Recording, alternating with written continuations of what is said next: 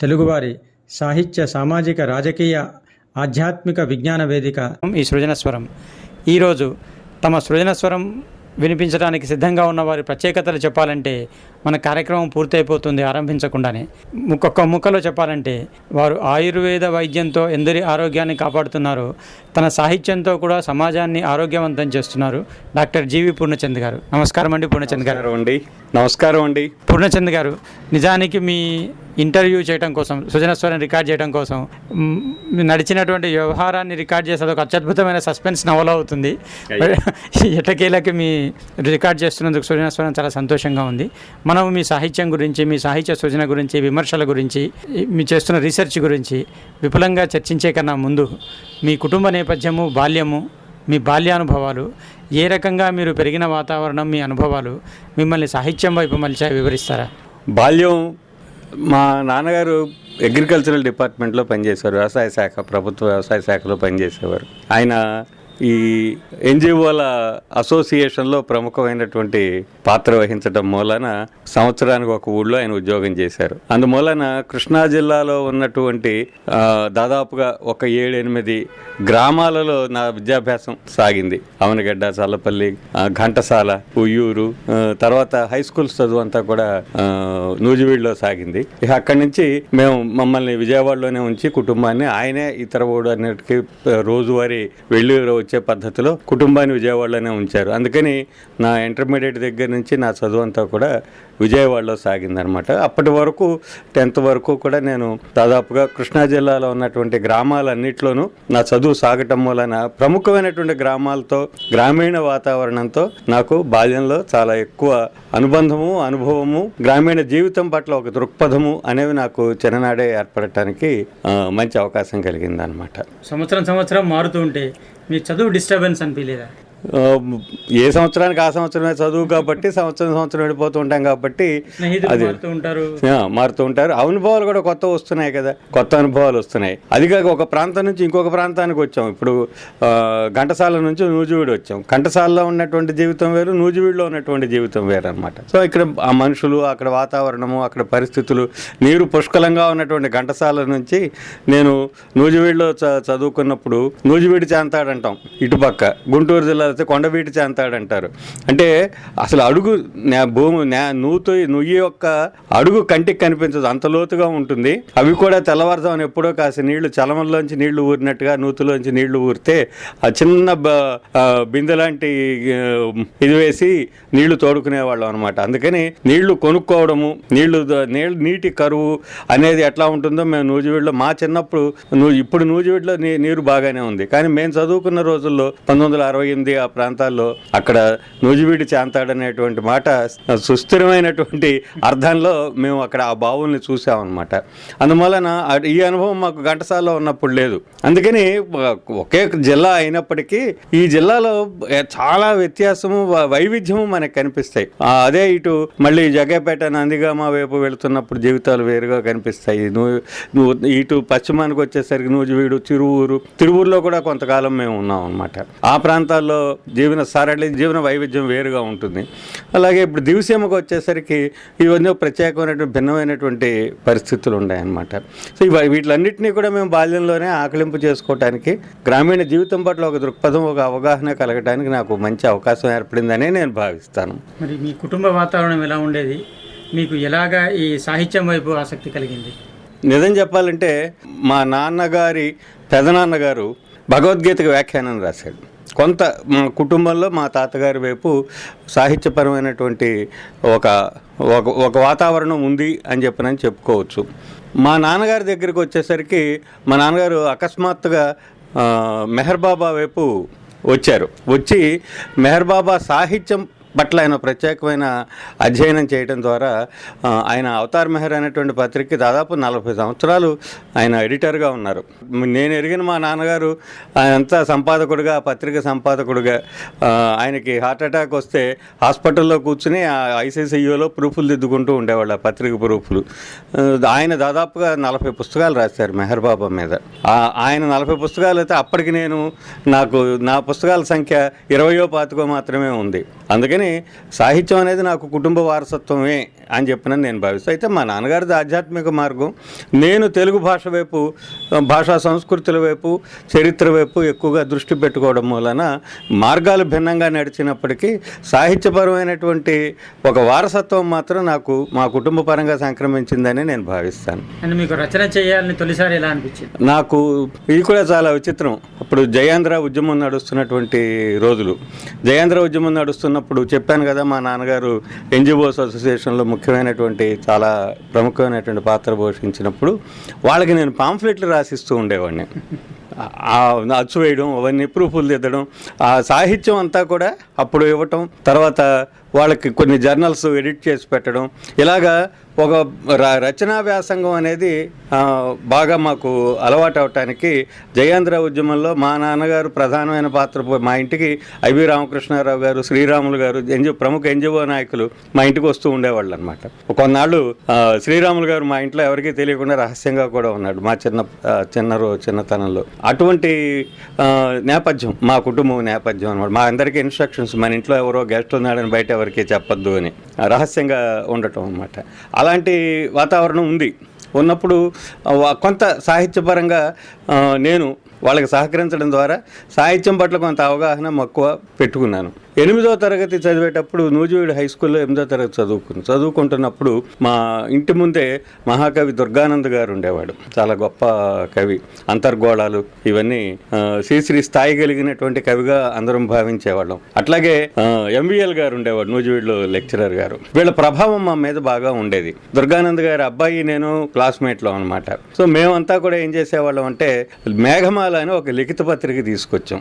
దానికి ఎడిటర్ నేనే, సంపాదకుడిగా నేను ఉండేవాడిని. దుర్గానంద్ గారి అబ్బాయి అంబికానాథ్ అని చెప్పి ఉన్నాడు, అతనేమో సంచాలకుడుగా ఉండేవాడు. మేమిద్దరం ప్రధానంగా ఆ పత్రికని నడిపాము. తర్వాత చాలా కాలం, ఒక 5-6 సంవత్సరాలు నేను ఆ పత్రికని వీలైనప్పుడల్లా తీసుకుంటూ వచ్చాను. చదువుకునే రోజుల వరకు కూడా తీసుకుని వచ్చాను నేను ఆ పత్రిక. చిన్న వయసులో 8వ తరగతి చదివేటప్పుడే తెచ్చాము మేము మేఘమాల లిఖిత మాస పత్రిక. 67-68లో తీసుకొచ్చాం అనమాట. దాంట్లో రచనలు చేయడం. ఏ రచనలు చేసేవారు మీరు? కథలు రాసేవాళ్ళం, వ్యాసాలు రాసేవాళ్ళం. కానీ మొత్తం మీద నాకు మొదల నుంచి వ్యాసం మీద నా చెయ్యి ఎక్కువగా వెళ్ళేది. నాకు తెలియకుండానే వ్యాస రచన మీద నాకు మొదల నుంచి కూడా ఎక్కువ ప్రవేశం ఉందని నేను అనుకుంటాను. 1975 మొట్టమొదట నా రచన ఆంధ్రప్రభ. విద్వానిసం గారు నన్ను బాగా ప్రోత్సహించినటువంటి, ఆయన నేను చూడలేదు, నన్ను ఆయన చూడలేదు. కానీ నేను ఒక వ్యాసం రాసి ఆత్మలతో మాట్లాడగలమా అని ఒక వ్యాసం, అప్పట్లో కొంత సబ్జెక్ట్ ఏదో నాకు దొరికితే దాని మీద ఒక వ్యాసంగా తయారు చేసి ఈ సోదులు చెప్పడం, పస్తులు చెప్పడం, తర్వాత ప్రశ్నలు చెప్పడం, వీటి మీద మూఢనమ్మకాల మీద ఒక వ్యాసం, ఆత్మలతో మాట్లాడగలను, టెలిపతి మీద ఒక వ్యాసం రాశాను నేను.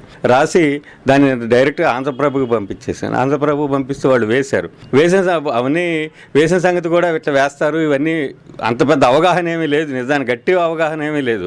ఓ రోజు నాకు 15 రూపాయలు ఎంఓ వచ్చింది. ఏమిటి 15 రూపాయలు ఎంఓ వచ్చిందంటే, ఆంధ్రప్రభలో పలానా తేదీన ప్రచురితమైన మీ రచనకు పారితోషికం అని 1975లో 15 రూపాయలు నేను సాహిత్యం ద్వారా సంపాదించుకున్నానంటే ఇవాళ రూపాయి విలువతో పోల్చినప్పుడు చాలా గొప్ప పారితోషికం కింద లెక్క అనమాట. అక్కడి నుంచి నేను చాలా రచనలు ఆంధ్రప్రభకు పంపించేవాడిని. నేను పంపినట్టంతా ఆంధ్రప్రభలో వచ్చినాయి. వ్యాసాలే వచ్చినాయి ఎక్కువ. 2-3 పేర్లు చెప్పండి గుర్తున్నాయి. భిక్షు చమన్లాల్ హిందూ అమెరికా పుస్తకం చదివి దాని ఎసెన్స్ అంతా తీసుకుని రఘువంశం అమెరికాను పరిపాలించిందా, ఇట్లాగ నేను కొన్ని కొంటి ప్రశ్నలు వేయడం, కొంటి సమాధానాలు సాధించడం ద్వారా కొంత పరిశోధన నడిపించడం, ఇలాంటి నాకు కొన్ని. ఎందుకంటే అక్కడ కుషా ఐలాండ్స్ ఉన్నాయి, మయా ఇంకా జాతులు ఉన్నాయి.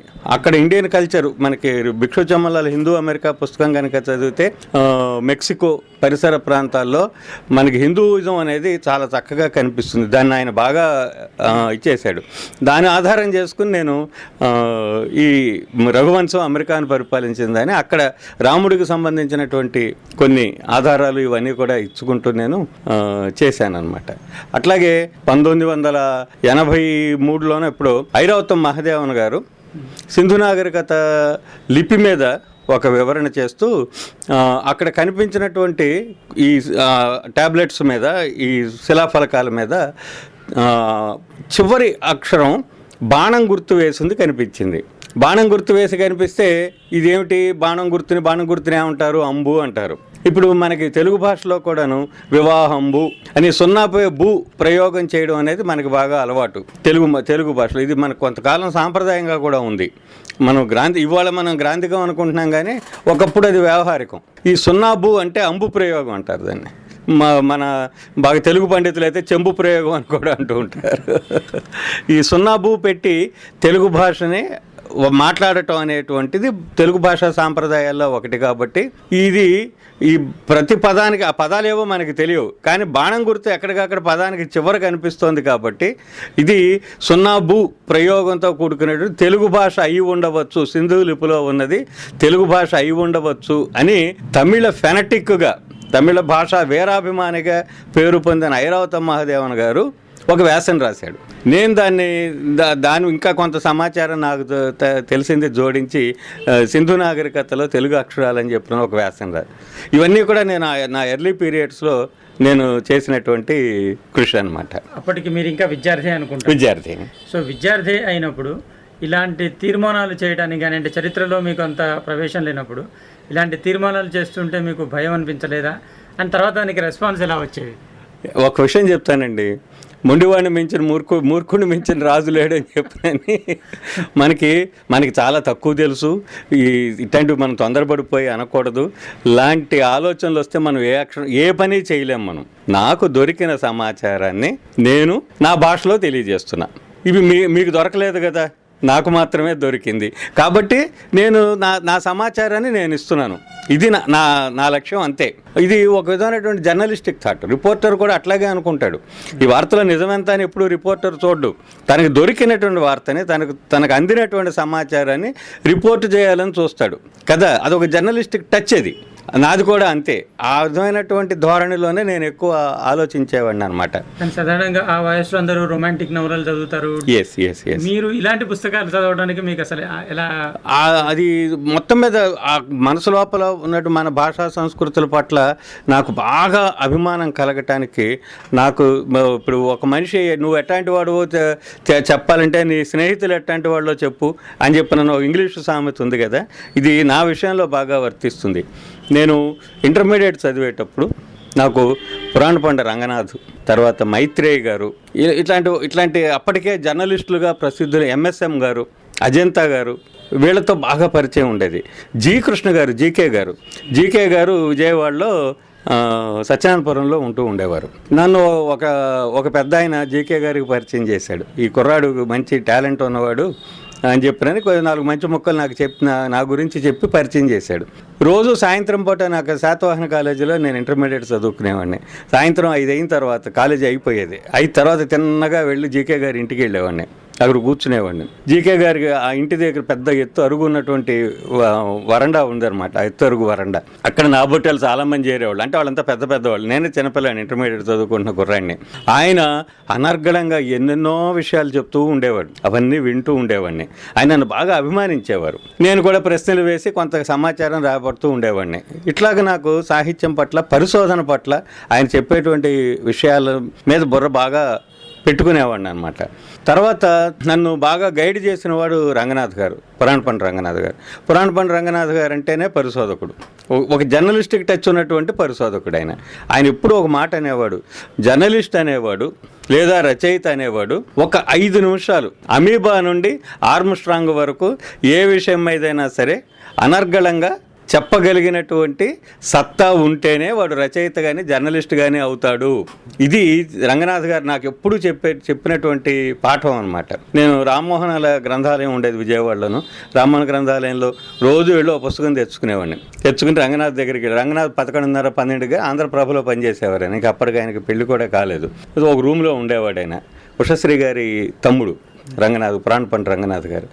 నేను ఆ పుస్తకం తీసుకుని ఆయన దగ్గరికి వెళ్ళేవాడిని. ఆయన ఆ పుస్తకం గురించినటువంటి కొంత ఇంట్రడక్షన్ నాకు ఇచ్చేవాడు. చెప్పి దాంట్లో ఉన్నటువంటి విశేషాలు తెలుసుకుని నేను ఆ పుస్తకం చదవటం ద్వారా నాకు ఆకలింపు చాలా ఎక్కువ ఉండేది. ఇలాగా నేను ఇంటర్మీడియట్లో ఉండగానే దాదాపుగా ముద్దుకృష్ణ దగ్గర నుంచి ఆధునిక సాహిత్యంలో ప్రధానమైనటువంటివన్నీ కూడా నేను 1976-77 నాటికే చదవడానికి నాకు ఈ మిత్రులతో సాంగత్యం నాకు బాగా సహకరించింది. తర్వాత నన్ను చరిత్ర పరిశోధకుడిగా చరిత్ర వైపు నడిపించిన వారు ఏటుగురు బలరామూర్తి గారు. ఏటుగురు బలరామూర్తి గారు చాలా నన్ను అమితంగా ప్రోత్సహించినటువంటి వ్యక్తి. నేనంటే చాలా అభిమానంగా ఉండేవారు. తుమ్మల వెంకటరామయ్య గారు, ఏటుగురు బలరామూర్తి గారు, కంభంపాటి సత్యనారాయణ గారు, వీళ్ళతో నాకు పరిచయం అయిన తర్వాత ఒక విధంగా చెప్పాలంటే విశాలాంధ్రలో నేను నా బాల్యం అంతా విశాలాంధ్రలో గడిచిందని చెప్పవచ్చు. అంటే వీళ్ళతో నాకు బాగా సాన్నిహిత్యం ఉండేది. బలరామూర్తి గారు చెప్పేటువంటి చాలా విషయాలు నాకు ఎంతో సాధికారికంగా కనిపించేవి. వాటిని నేను నా భాషలో నేను ఆకలింపు చేసుకునేవాడిని. ఈ సింధు నాగరికతకు సంబంధించింది కూడా నేను బలరామూర్తి గారితో చర్చించినప్పుడు ఆయన నాకు చెప్పిన చాలా సమాచారాన్ని దృష్టిలో పెట్టుకుని నేను ఐరావతం మహాదేవన్ గారి వ్యాసాన్ని నేను తెలుగులో దానికి వివరాలన్నీ తెలుగులో వ్యాసంగా రాసినప్పుడు విశాలాంధ్రలో ఇవ్వమని చెప్పి విశాలాంధ్రలో ఆయనే పబ్లిష్ చేయించారు దాన్ని. అలాగా చరిత్ర వ్యాసాలన్నింటిలోకి నేను మళ్ళటం మొదలుపెట్టాను. రియాక్షన్ చాలా ఆశ్చర్యపోయేవాళ్ళు. ఎందుకంటే ఎవరికి తెలియని విషయాలు, ఎవరు పెద్దగా పట్టించుకోనటువంటి విషయాలు, మన చరిత్రకారులు పట్టించుకొని చాలా అంశాలు మరుగున పడిపోయి ఉన్నాయి. వాళ్ళు ఏ కారణం చేత కొన్ని అంశాల జోలికి వెళ్ళాల. భాష వైపు అదే జరిగింది, సంస్కృతి వైపు అదే జరిగింది, చరిత్ర వైపు అదే జరిగింది. మనం ఏంటంటే కొన్ని ఉదాహరణకి మన ఆంధ్రప్రదేశ్కు సంబంధించిన ఒక చారిత్రక ఆధారం ఉందనుకోండి, ఇది ఇంటర్నేషనల్ విషయం అనుకుందాం. ఉదాహరణకి బాబిలోనియన్ సుమేరియన్ నాగరికతలో ఒక ఎర్రటి గుడ్డ దొరికింది, సింధూర వర్ణపు వస్త్రం దొరికింది, ఇది ఇండియన్ ఆరిజిన్ అన్నారు. నిజానికి అది వెళ్ళింది ఇక్కడ నుంచి, మన దివిసీమ దగ్గర నుంచి వెళ్ళింది. వస్త్రాలు ఎగుమతి ఆ రోజు మొత్తం భారతదేశం మొత్తం మీద మన వైపు నుంచి వెళ్ళినవే ఎక్కువ. సో సెంద్ అంటే సింధూర వర్ణపు కలిగినటువంటి వస్త్రం, దీన్ని ఇండియన్ ఆరిజిన్ అని చెప్పిన అనడం ద్వారా ఇది మనం ఇండియా నుంచి అని చెప్పినానంటే ఏమనుకుంటాం, ఏ బీహార్ నుంచో ఎక్కడి నుంచో ఉత్తరాది నుంచి అనుకుంటాం, కానీ దక్షిణాదిన ఆంధ్రప్రదేశ్ నుంచి వెళ్ళిందని మనం అనుకోం. అసలు కుట్రే ఎక్కడ జరిగిందనమాట. దక్షిణ భారతదేశానికి సంబంధించిన వస్తువులు ఏం జరిగినా, చరిత్రకు సంబంధించిన ఏం జరిగినా ఇవన్నీ కూడా ఇండియా అన్నారు. ఇండియా అనడం ద్వారా అదన్నీ ఉత్తరాదికి ఆపాదించబడ్డాయి. మనమే అనుకుంటాం అది ఉత్తరాది మంది కాదులే అని చెప్పినని, కానీ ఇది మనది అని స్పెసిఫిక్గా చరిత్రకారులు చెప్పేవాళ్ళు కాదు. మన వాళ్ళు కూడా దాన్ని పట్టించుకునేవాళ్ళు కాదు. చెప్పే ధైర్యం వీళ్ళకి లేదు. అందుకనే జర్నలిస్టిక్గా ఉండేవాడు ఏం చేస్తాడు, చెప్పేస్తాడు. ముందు చెప్పాలంటున్నాను నేను. చరిత్రకారుడికి, చరిత్ర చదువుకునే వాడికి లిమిటేషన్స్ ఎక్కువ ఉంటాయి. వాడికి కొన్ని ఆధారాలు కావాలి, ఎవడో చెప్పి ఉండాలి. ఎవడో చెప్పకుండా వీడు చెప్పడు. వీడు మొదట మనమే చెబుదామని ఆలోచన చెయ్యడు. ఈ చరిత్ర చదువుకున్న పరిశోధకులకు ఉన్నటువంటి ఒక చిన్న లోపం, నన్ను అడిగితే లోపమే. అదే ఒక జర్నలిస్టిక్ టచ్ ఉన్నవాడు ఏం చేస్తాడు, ఇది బహుశా ఆంధ్రప్రదేశ్కి చెందింది అయి ఉండవచ్చును అని అనుకుంటున్నారన్నా రాస్తాడు. తద్వారా ఆలోచన ఇటు మళ్ళిస్తాడు. ఇది చరిత్ర చదువుకున్న వాళ్ళు చెయ్యరు ఆ పనిని. కానీ తర్వాత వీటికి ఆధారాలు దొరుకుతాయి, తర్వాత దొరుకుతాయి. దొరికే వరకు నీకు అసలు మనకి శూన్యం అంటున్నాగా. మనకి ఆధారాలు దొరికే వరకు ఇక్కడ ఏమీ లేదని చెప్పని అనడం కన్నా కొన్ని ఆధారాలను పుచ్చుకొని మనం ముందుకు వెళ్ళడం అనేటువంటి ఆలోచన చేయాలి కదా మనం. అది జరగల, తెలుగు విషయంలో జరగల. ఈ కసి నాకు చిన్నప్పటి నుంచి ఉంది. నాకు చిన్నప్పటి నుంచి ఇది ఒక కసి. ఏమిటి మనకి ఇంత అన్యాయం జరుగుతోంది ఏమిటి అన్నటువంటి కసి ఉండేది. ఈ కసి నాకు నాలో కలిగించిన వ్యక్తి బలరామూర్తి గారు, ఏటుగురు బలరామూర్తి గారు. నాకు ఒక పుస్తకం ఎస్ చాంద్ అండ్ కంపెనీ వాళ్ళు ఎల్ఏ వ్యాడెల్, ఈ పరిశోధకుడు 1920 నాటి పుస్తకం, అది ది మేకర్స్ ఆఫ్ సివిలైజేషన్ అని ఒక గొప్ప పుస్తకం రాశాడు. మేకర్స్ ఆఫ్ సివిలైజేషన్ ఏమిటంటే బాబిలోనియాలో దొరికిన సుమేరియన్ నాగరికతకు సంబంధించినటువంటి అక్కడ త్రవ్వకాలలో దొరికినటువంటి శిలాఫలకాల మీద ఉన్న చిత్రలిపిని వాళ్ళు డెసిఫర్ చేశారు. వాళ్ళు దాన్ని చదివి కష్టపడ్డారు మొత్తం మీద. ఇప్పుడు బ్రాహ్మీ లిపిని వీటిని మన ప్రాకృతాన్ని మన వాళ్ళు ఎట్లా చదువుతున్నారో అలాగే అక్కడ ఆ చిత్రలిపిని చదివి ఆ రాజుల చరిత్రని ఇవన్నీ కూడా రికార్డు చేశారు. ఆ రికార్డు చేసిన దానిపైన విశ్లేషణ ది మేకర్స్ ఆఫ్ సివిలైజేషన్ పుస్తకం. అందులో మనకి ఈ రామాయణంలో ఉన్నటువంటి సోలార్ రేసు లూనార్ రేస్ అంటే సూర్యవంశము, చంద్రవంశము. ఈ చంద్రవంశపు, సూర్యవంశపు రాజులందరి పేర్లు అక్కడ ఉన్నాయి. రాముడి పేరుంది, విశ్వామిత్రుడి పేరుంది, షట్చక్రవర్తుల 6 పేర్లు ఉన్నాయి. గమ్మత్తు ఏమిటంటే మనం వాళ్ళ చరిత్ర ఏదని మనం చదువుకుంటున్నామో అక్కడ కూడా వాళ్ళ చరిత్ర అదే కనిపిస్తుంది. కాబట్టి ఎర్లీ సుమేరియన్స్ వర్ ఆరియన్స్. సుమేరియాలో ఉన్న ఈ అక్కడ దొరికినటువంటి నాగరికత వ్యవస్థాపకులు ఆర్యులు. వాళ్ళు అక్కడ నుంచి ఇండియాకి వచ్చారా, ఇండియా నుంచి అక్కడికి వెళ్ళారా అనేది మళ్ళీ డిబేటబుల్. దాని సంగతి పక్కన పెడితే సుమేరియాలో ఆర్య నాగరికత ఉంది. సుమేరియన్స్ వర్ ఆరియన్స్ అనేటువంటి ఆ థియరీ. అక్కడ సగరుడికి సంబంధించినటువంటి కొన్ని శిలాఫలకాలు దొరికినాయి. సగరుడు పేరుని వాళ్ళు సార్గన్ అని చదివారు. సార్గన్ 2 మనకి ఇక్కడ సగరుడితో ఈక్వలెంట్గా ఉంటాడు. ఆ సార్గన్ 2 చరిత్రను మనకు రామాయణ భారతాల్లో కనిపించే సగరుడి చరిత్ర ఒకటే. అతని శత్రువులు, సగరుడి శత్రువులు, సార్గన్ శత్రువులు కూడా పేర్లతో సహా ఒకటే. అతని కొడుకు అసమంజసుడు, సగరుడి కొడుకు అసమంజసుడు చేసిన కొన్ని దుష్కర్మల వల్ల, దుష్కృత్యాల వల్ల అతన్ని దేశ బహిష్కరణ శిక్ష విధించినట్టు మనకు రామాయణంలో, భారతంలో మనకు కనిపిస్తుంది. అక్కడ కూడా సార్గన్ అనేవాడు వాడి కొడుకుని దేశ బహిష్కరణ చేశాడు. వాడి కొడుకు పేరు ఏమిటంటే మెనిస్. మనకి రామాయణంలో సగరుడి కొడుకు పేరు అసమంజసుడు నామాంతరం మనస్యు, మెనిస్. ఈ మెనిస్కి ఆహ్ అనేటువంటిది ఒక టైటిల్. ఆహ్ అంటే ద గ్రేట్ అని, మెనిస్ ద గ్రేట్, ఆహ్ మెనిస్. ఆ ఆహ్మెనిస్ అనేవాడు మన రామాయణంలోకి వచ్చేసరికి అసమంజసుడయ్యాడు. ఆయన కూడా ఎలియబాడులు ఏం చెప్తాడంటే, ఈ సార్గన్ కాదు ఇది, ఇట్ ఈజ్ మిస్స్పెల్ట్. దీన్ని మనం సరిగా మన వాళ్ళు చిత్రలిపి చదవడంలో తేడా. ఇతను సగరా పేరుతో ఇండియన్ ఎపిక్స్లో, రామాయణ భారతాల్లో అతనికి సంబంధించినటువంటి సమస్తమైన చరిత్ర మనకు దొరుకుతోంది. అదే చరిత్ర చాలా వరకు ఇక్కడ కూడా దొరుకుతుంది. ఇద్దరు ఒకటేను, ఈజ్ నన్ అదర్ దెన్ సగరా అని ఎలియబాడులు మేకర్స్ ఆఫ్ సివిలైజేషన్ పుస్తకంలో నిరూపించాడు. నేను ఆ పుస్తకం కంటతాపు పట్టాను నిజం చెప్పాలంటే.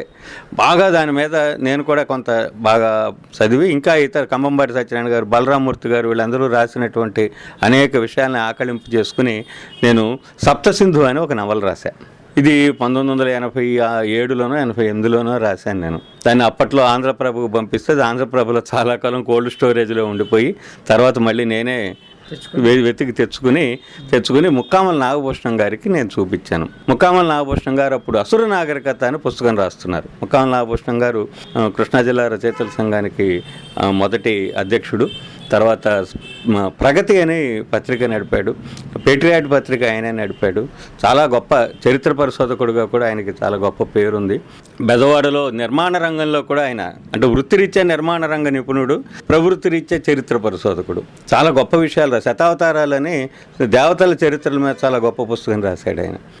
ఆయన ఈ పుస్తకం రాస్తున్నప్పుడు, అసుర నాగరికత పుస్తకం రాస్తున్నప్పుడు నేను దాని రచనలో కొంత ఆయనకి సహకరించి మాటల సందర్భంలో నేను ఇట్లాగూ సప్తసింధు అని చెప్పిన నవల రాశాను, ఇట్లా జరిగింది అని చెప్పినంటే తీసుకురా చూద్దామన్నాడు. ఆయనకి చూపిస్తే ఆయన మొత్తం ఆశాంతం చదివి దీన్ని మనమే పబ్లిష్ చేద్దామని కృష్ణా జిల్లా రచయితల సంఘం తరఫున ఆయనే డబ్బులు పెట్టి ఆ పుస్తకాన్ని పబ్లిష్ చేసాం. సప్తసింధు నవల నాకు చాలా పేరు ప్రఖ్యాతులు తెచ్చిపెట్టింది. ఆ నవల నాగరికత ఆధారంగా తెలుగులో వచ్చిన ఏకైక ఆ నవల గురించి ఒక మాటలో చెప్పాలంటే, సగరుడి కాలానికి ముందు ఉన్నటువంటి పరిస్థితులు, ఆర్యులు తూర్పు తీరానికి గంగానదీ తీరం వెంబడి విస్తరించడం, అప్పుడే మనకి వేదాల్లో కొంత భాగం రూపొందడం, అసలు వేదాలు ఎట్లా రూపొందుతున్నాయి, రుక్కులు ఎలా రూపొందాయి, ఇవన్నీ నేపథ్యంలో ఋగ్వేదం నేపథ్యంగా తీసుకుని సగరుడి చరిత్రని నాకు దొరికిన ఎలియబాడల్ లాంటి అనేక మంది పరిశోధకులు ఇచ్చిన పరిశోధనల ఆధారంగా సగరుడి చరిత్రని నేను సప్తసింధు నవలలో చిత్రించాను. ఇక్కడ మళ్ళీ సప్తసింధు గురించి ఇంకొంచెం అడుగుతాను. దానికన్నా ముందు మీరు రాహుల్ సాంకృత్యాయన్ ఇలాంటి వారిని కూడా అధ్యయనం చేశాను. ఇప్పుడు రాహుల్ సాంకృత్యాయన్, ఋగ్వేదార్యులు, తర్వాత దివోదాసు, మనకు తెలుగులో ఇవి రెండు మనకు ప్రసిద్ధం. రాహుల్జీ చాలా రచనలు, కొన్ని తెలుగులో రానివి కూడా చాలా ఉన్నాయి. జయోదయ, ఓల్గాసేగంగా చాలా మనం గొప్ప వర్క్స్ మనకున్నాయి. అయితే ఆయన దివోదాసు ఋగ్వేదం నేపథ్యంగా రాసినటువంటి నవల దివోదాసు. అదొక్కటే నాకు తెలిసి ఋగ్వేద నేపథ్యంగా తెలుగులో వెలువడిన నవల అదొకటే. కానీ స్వతంత్ర నవల తెలుగులో కాదు. స్వతంత్ర నవల నేను రాసిందేనని చరిత్ర రచనా చక్రవర్తి ముదిగొండ శివప్రసాద్ గారు పౌరాణిక పాత్రలకు చారిత్రక ఆధారాలను వెతికిన తొలి నవలగా ఈ నవల గురించి ఆయన ప్రస్తావించారనమాట. అది ఒక మంచి ప్రశంస. ఇట్లాంటి వాటిని ఐతిహాసిక నవలలంటే బాగుంటుందని ఒక పేరు కూడా ఆయన సూచించారు ముదిగొండ శివప్రసాద్ గారు. చరిత్ర నవలకు భిన్నంగా చరిత్రే చెప్తున్నాము, కానీ పౌరాణిక పాత్రలకి చరిత్ర ఆధారాలు వెతికిన నవలలు మనకి మరి నాకు తెలిసైతే మరి తెలుగులో అయితే ఏం రాలేదు. స్వతంత్ర నవల నేను రాసింది. ఇదంతా తర్వాత 90లో పుస్తకంగా వచ్చి 90లో ఇది పుస్తకంగా తీసుకొచ్చాను అనమాట. ఇలాగా నా మొత్తం మీద పరిస్థితులు అలా ప్రేరేపించి ఉండొచ్చు.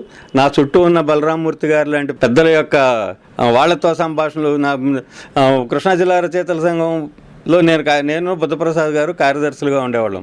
గుత్తుకొండ సుబ్బారావు గారు ప్రధాన కార్యదర్శి, అధ్యక్షుడు నాగభూషణం గారు. నాగభూషణం గారు ఎంతసేపు 24 గంటలు ఆయన చరిత్ర గురించే మాట్లాడేవారు. ఇలాగ నా చుట్టూ ఉన్న నేపథ్యం అంతా కూడా చరిత్రకు సంబంధించి ఉండడంతో నేను నా ఆలోచనలన్నీ కూడా చరిత్ర వైపే, భాష వైపు, సంస్కృతి వైపు, చరిత్ర వైపే నడవటానికి నా చిన్ననాటి అంశాలన్నమాట.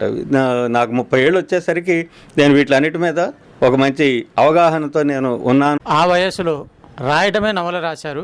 అది చాలా కఠినమైనటువంటి నవల. ఉదాహరణకి ఆర్యుల ఇన్వేషన్ ఏదైతే ఉందో అది డిస్ప్యూట్లో ఉంది. కొందరు ఆర్యుల యూరోప్ నుంచి వచ్చారంటారు, కొందరు ధ్రువ ప్రాంతాల నుంచి వచ్చారంటారు, కొందరు ఇక్కడే పుట్టి ఇక్కడ నుంచి విస్తరించారంటారు. సో దీన్ని మీరు అసలు నవల్లాగా రాయడానికి ప్రణాళికలు వేసుకున్నారు. దాన్ని ఎలాగా నవల్లాగా రాశారు, వివరిస్తారా? పాత్రలు ఎలా క్రియేట్ చేశారు? నిజానికి సప్తసింధు నవల నాది 7వ 8వ పుస్తకం. నా 1980కే నా పుస్తకాలు రావటం మొదలైనాయి. ఇది 90లో కదా వచ్చింది. 10 ఏళ్ల కాలంలో 5-6 పుస్తకాలు వచ్చినాయి. నేను నవలలు కాదు, అన్నీ నాకు మొదల నుంచే వ్యాసం మీదే ఎక్కువగా వెళ్ళడం. అందుమూలన ఏంటంటే మెడికల్ బుక్స్ ఒక 3-4 వచ్చినాయి. తర్వాత అప్పట్లోనూ 1980లో 81లోను 82లో సంపూర్ణ సూర్యగ్రహణం వచ్చింది. సంపూర్ణ సూర్యగ్రహణం వచ్చినప్పుడు ఆ గ్రహణం చాలా అపోహలు కలిగించింది ప్రజల్లో. అందుకని చెప్పినని రేపటి గ్రహణం ప్రపంచ భవిష్యత్తు, ఆస్తులు అమ్మేసేసుకుని ఆస్తులు రాసేసిన వాళ్ళు, అమ్మేసేసిన వాళ్ళు కూడా ఉన్నారు. ఈ గ్రహణం తర్వాత భూగోళం ఉండదన్నంత ప్రచారం జరిగిందనమాట. ఆ స్కైలాబ్ ప్రచారం ఒకటి, సూర్యగ్రహణం ప్రచారం ఒకటి ఆ రోజుల్లో జనం మీద. ఇప్పట్లాగా ఇప్పుడు అంతే ప్రచారాలు చాలా ఎందులో ఇంత మురుగు మీద ఎక్కువ జరుగుతున్నాయి. వాట్సాప్లోను వీటి వల్ల అబద్ధాలు చాలా ఎక్కువ ప్రచారం జరుగుతున్నాయి. ఆ రోజుల్లో కూడా దీని ప్రచారం చాలా ఎక్కువగా ఉన్నప్పుడు నేను రేపటి గ్రహణం ప్రపంచ భవిష్యత్తు పేరుతో గ్రహణంలోపు కొన్న వాళ్ళకి రూపాయికే అని చెప్పినని ఓ పుస్తకం ప్రింట్ చేశాను. అది 1980 ఫిబ్రవరిలో వచ్చింది. 1980 ఫిబ్రవరిలో ఆ పుస్తకం వచ్చింది అనమాట. 1980లో నేను అమలను శృంగారం అని చెప్పిన పుస్తకం రాశాను. దీని గురించి మళ్ళీ మీకు నేను చాలా వివరాలు నా అమలను శృంగారంలో నేను చేసిన కృషి ఇవన్నీ నా స్టూడెంట్ లైఫ్లో. నేను ఇంకా మెడిసిన్ చదువుతున్నానప్పుడు 4th ఇయర్లో ఉన్నాను అనమాట. మెడిసిన్ చదువుకుంటున్న రోజుల్లోనే నాకు వచ్చినాయి.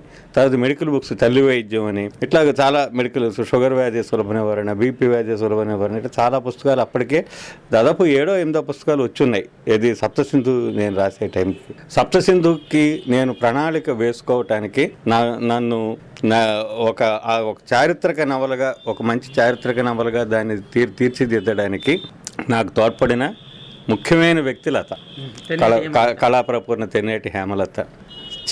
చెవి మెలిపెట్టి మరీ చెయ్యి తిరిగేలాగా నాతో రాయించిన రచయిత్రి మా అక్కయ్య లతకు అని నేను దాంట్లో రాసుకున్నాను అనమాట. లత గారింట్లో నేను ఒక మనిషిగా పెరిగా, నిజం చెప్పాలంటే. బాల్యం నుంచి కూడా ఆవిడతో నాకు సాన్నిహిత్యం. నా చాలా చిన్న వయసులోనే పెద్ద వాళ్ళతో నాకు పరిచయాలు ఉండడం, వాళ్ళు నన్ను అభిమానించడం, ఎవడో పిల్లాళ్లే కుర్రాళ్లే అని చెప్పి అనుకోకుండా వాళ్ళు నన్ను అభిమానించడం, నేను వాళ్ళలో భాగంగా వాళ్ళ ఇంట్లో మనిషిగానే నేను ఉండేవాడిని. నేను అట్లా ఇంట్లో మనిషిగా తిరిగినటువంటి వ్యక్తులు ఇంద్రగణి శ్రీకాంత్ శర్మ గారు, జానకి బాల గారు, వాళ్ళ పిల్లలతో పాటు నేను పెరిగాను. అంటే నాకంటే చాలా చిన్నపిల్లలు వాళ్ళు, కానీ వాళ్ళ ఇంట్లో ఒక మనిషిగా ఉండేవాడిని. అట్లాగే లత వాళ్ళ ఇంట్లో ఒక మనిషిగా ఉండేవాడిని నేను. సో లతతో నేను ఈ విషయాన్ని అంతా డీల్ చేసినప్పుడు ఆవిడ నాకు ఇచ్చినటువంటి గైడెన్స్, తర్వాత నా మీద బాగా ప్రభావం కలిగించింది తెన్నేటి సూరి చెంగీస్ ఖాన్ లాగా రాయాలి అనేటువంటిది ఒక వ్యామోహం. అసలు చెంగీస్ ఖాన్, నేను ఆమూలాగ్రం చెంగీస్ ఖాన్ని, 2 మహానగరాలు, ఈ 2 నవలల్ని అప్పచెప్పేవాడిని. అంత బాగా నాకు ఆ 2 నవలలు అంటే అభిమానం అనమాట. అంత బాగా పదే చదివేవాడిని నేను.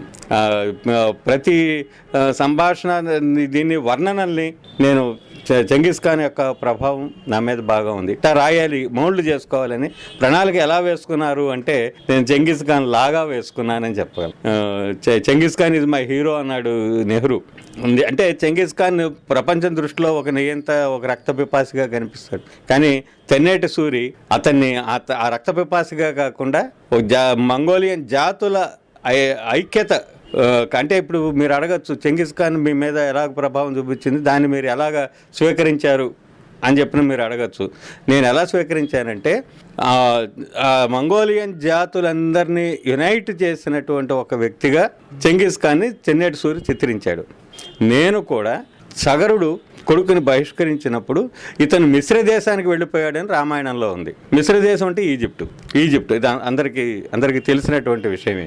మిశ్ర దేశానికంటే ఈజిప్టుకి వెళ్ళిపోయాడు. బాబిలోనియాలోంచి బహిష్కరించినప్పుడు కూడా సగరుడు కొడుకు ఆహ్మెనిస్ నైలు నదీ తీరానికి వెళ్ళిపోయాడు. నైలు నదీ తీరంలో ఉన్నటువంటి అప్పర్ ఈజిప్టుని లోవర్ ఈజిప్టుని యునైట్ చేశాడు కాబట్టి యు అంటే యునైటర్, వాడు మనస్యు అయ్యాడని ఎలియవేడలు రాశాడు. వీడిని మనస్యు అంటారని రామాయణంలో ఉంది. ఇంతకంటే మనం ఇంకా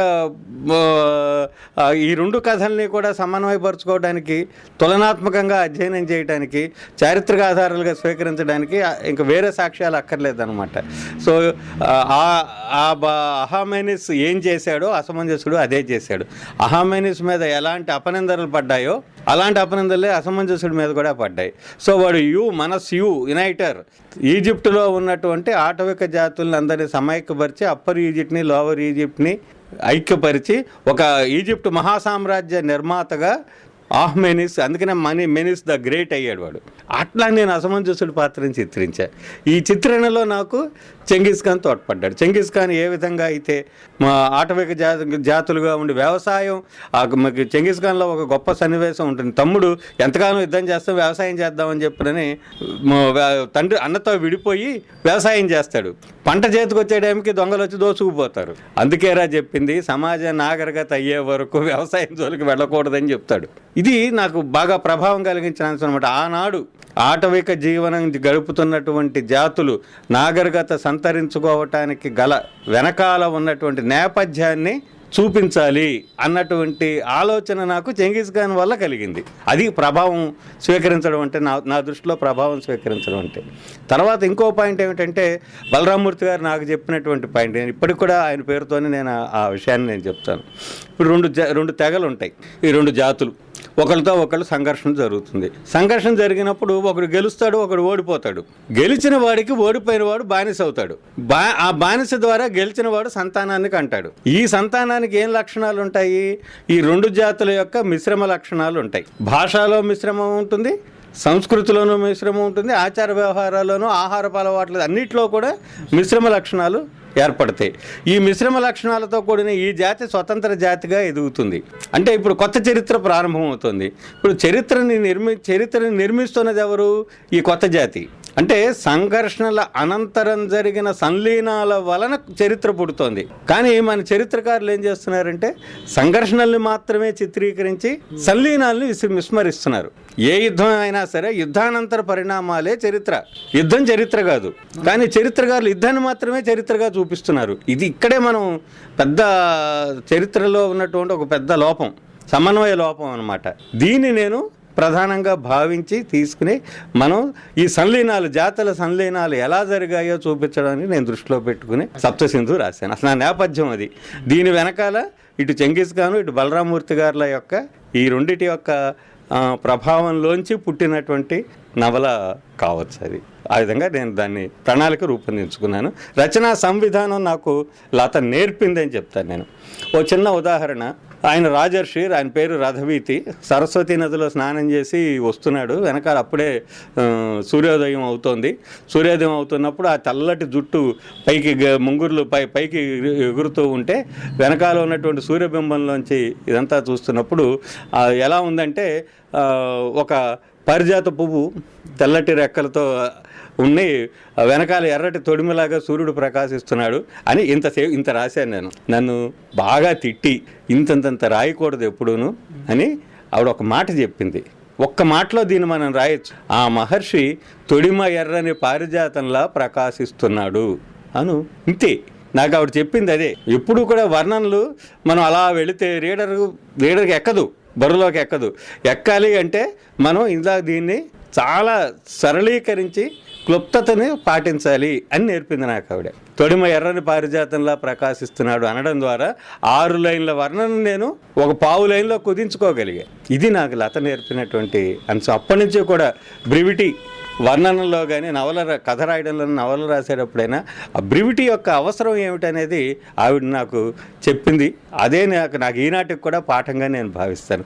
ఇది నేను వ్యాసంలో పాటిస్తాను. ఇప్పుడు ఇంతకీ మనం ఒక రచయితగా ఒకటి చేతనైతే ఏ ప్రక్రియలో అయినా దాన్నే ఉపయోగిస్తాడు కదా. అందుకని నా వ్యాసాలు షార్ప్గా ఉంటాయి, వేగంగా చదవడానికి వీలుగా ఉంటాయి, సరళంగా ఉంటాయి. రిక్షావాడికి అంటే చాలా తక్కువ స్థాయి మనుషులకు కూడా అర్థమయ్యేలాగా ఉంటాయి. చాలా ఇన్ఫర్మేటివ్, ఎక్కువ ఇన్ఫర్మేషన్ని నేను తక్కువ నిడివిలో తేలిక భాషలో అతి సామాన్య మానవుడికి కూడా అర్థమయ్యేలాగా రాయటం అనే దాన్ని నాకు నేర్పింది లతేనని నేను ఖచ్చితంగా చెప్తాను. అదనమాట. తర్వాత ఎలా సాగింది? ఇప్పుడు సప్తసింధుకి రిసెప్షన్ ఎలా ఉంది? పాఠకులు ఎలా రిసీవ్ చేసుకున్నారు? అబ్బో, అప్పట్లో చాలా గొప్ప పేరు తెచ్చిపెట్టిందండి ఆ నవల. చాలామంది నన్ను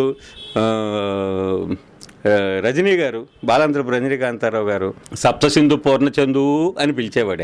ఆయనకు ఆ నవలంటే అంత అభిమానం. ఆయనకి చివరి రోజుల్లో ఇంకొక కొద్ది కాలానికి ఆయన మరణిస్తారనగా వాళ్ళ ఇంట్లో కూర్చున్నప్పుడు నేను పూర్ణచందనండి అంటే సప్తసింధు పూర్ణచందా అన్నాడు ఆయన. అంటే ఇంకా అప్పటికి పూర్తిగా జ్ఞాపక శక్తి ఇవన్నీ కూడా బాగా మందగిస్తున్న టైంలో, అవునండి నేనే సప్తసింధు పూర్ణచందుని అన్నాను. అంటే నువ్వు కాదు, సప్తసింధు పూర్ణచందు ఇంత రావనిట్ట లేడు అంటే అప్పటి నా బాల్యపు నా రూపమే ఆయన బుర్రలో ఉందన్నమాట. అంతగా ఆయన అభిమానించాడు ఆ నవలని. అలాగే పెద్ద వాళ్ళు చాలా బాగా ఆ నవలకి మంచి రిసెప్షన్ వచ్చింది, మంచి గుర్తింపు వచ్చింది. కాకపోతే ఏంటంటే ఆ మార్గంలో ఎవరును ఆ ప్రయత్నాలు ఎవరు చెయ్యాలి అంటే చాలా పుస్తకాలు చదవాలి, దాని మీద అవగాహన ఉండాలి. అవగాహనే కాదు, అసలు అది మనదైన ఒక సిద్ధాంతాన్ని చెప్పాలి అనేటువంటి ఒక పరిశోధనాత్మక దృష్టి ఉండాలి. చరిత్ర తెలుసుకుని 4 ముక్కలు చరిత్రలో చదివేసేసి ఒక నవల రాసేస్తే సరిపోదు. అదనమాట. అందుకని ఆ అటెంప్ట్స్ మళ్ళీ ఎవరూ చేయలేదు. అయితే నేను మాత్రం అప్పటి నుంచి ఇప్పటి వరకు కూడా నేను ఆనాడు ఏ అంశం మీద మొదలుపెట్టానో ఆ అంశాలని నాకు వారసుని నేనే. తర్వాత ఏం రాశారు సప్తసింధు? ఇక్కడ చాలా ముఖ్యమైన పాయింట్ చెప్పాలి. ఇది 1990లో నేను సుమేరియన్స్ ఆర్ ఆరియన్స్ అన్నటువంటి థియరీ ఆధారంగా ఇప్పుడు నేను చెప్పిన సాగరుడి కథ అంతా నేను చర్చించుకుంటూ వచ్చాను. ఈ సుమేరియన్స్ ఆర్ ఆరియన్స్ అన్న దాని మీద నా పరిశోధన కొనసాగుతూ ఉన్న తర్వాత 2000 సంవత్సరం తర్వాత జరిగినటువంటి పరిశోధనల్లో ఈ సుమేరియాలో, బాబిలోనియాలోను, పరిసర ప్రాంతాల్లోనూ జరిగిన తవ్వకాల్లో పైపొరల్లోంచి ఆర్యన్ అవశేషాలు దొరికినాయి. ఇంకా కాస్త భూమి అడుగు లోపలికి వెళితే సుమేరియాలో ఆర్యుల కంటే ముందు ద్రావిడులు ఉన్నారు, వాళ్ళ నాగరికత కూడా ఉందని బయటపడింది. సో ఎర్లీ సుమేరియన్స్ వారు ద్రవిడియన్స్ అనేది కొత్త థియరీ వచ్చింది. ఇది చాలా చాలా ముఖ్యమైనటువంటి అంశం చరిత్రలో.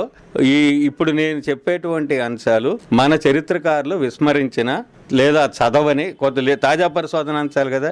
ఇవేవి పాఠ్యపుస్తకాల్లో లేవు, ఏ యూనివర్సిటీ పాఠ్యపుస్తకాల్లో పెట్టలేదు కాబట్టి ఇప్పుడున్న చరిత్రకారులు చాలామందికి తెలియదని కూడా చెప్పచ్చు. వాళ్ళు ఇంట్రెస్ట్గా ఏదన్నా బయటకు వస్తున్నటువంటి ఈ పరిశోధన అంశాలను తెలుసుకుని చదివిన వాళ్ళు అయితే తప్ప, చరిత్రలో అయితే మాత్రం ఇవి లేనటువంటి తాజా పరిశోధన అంశాలు మీకు నేను చెప్తున్నాను.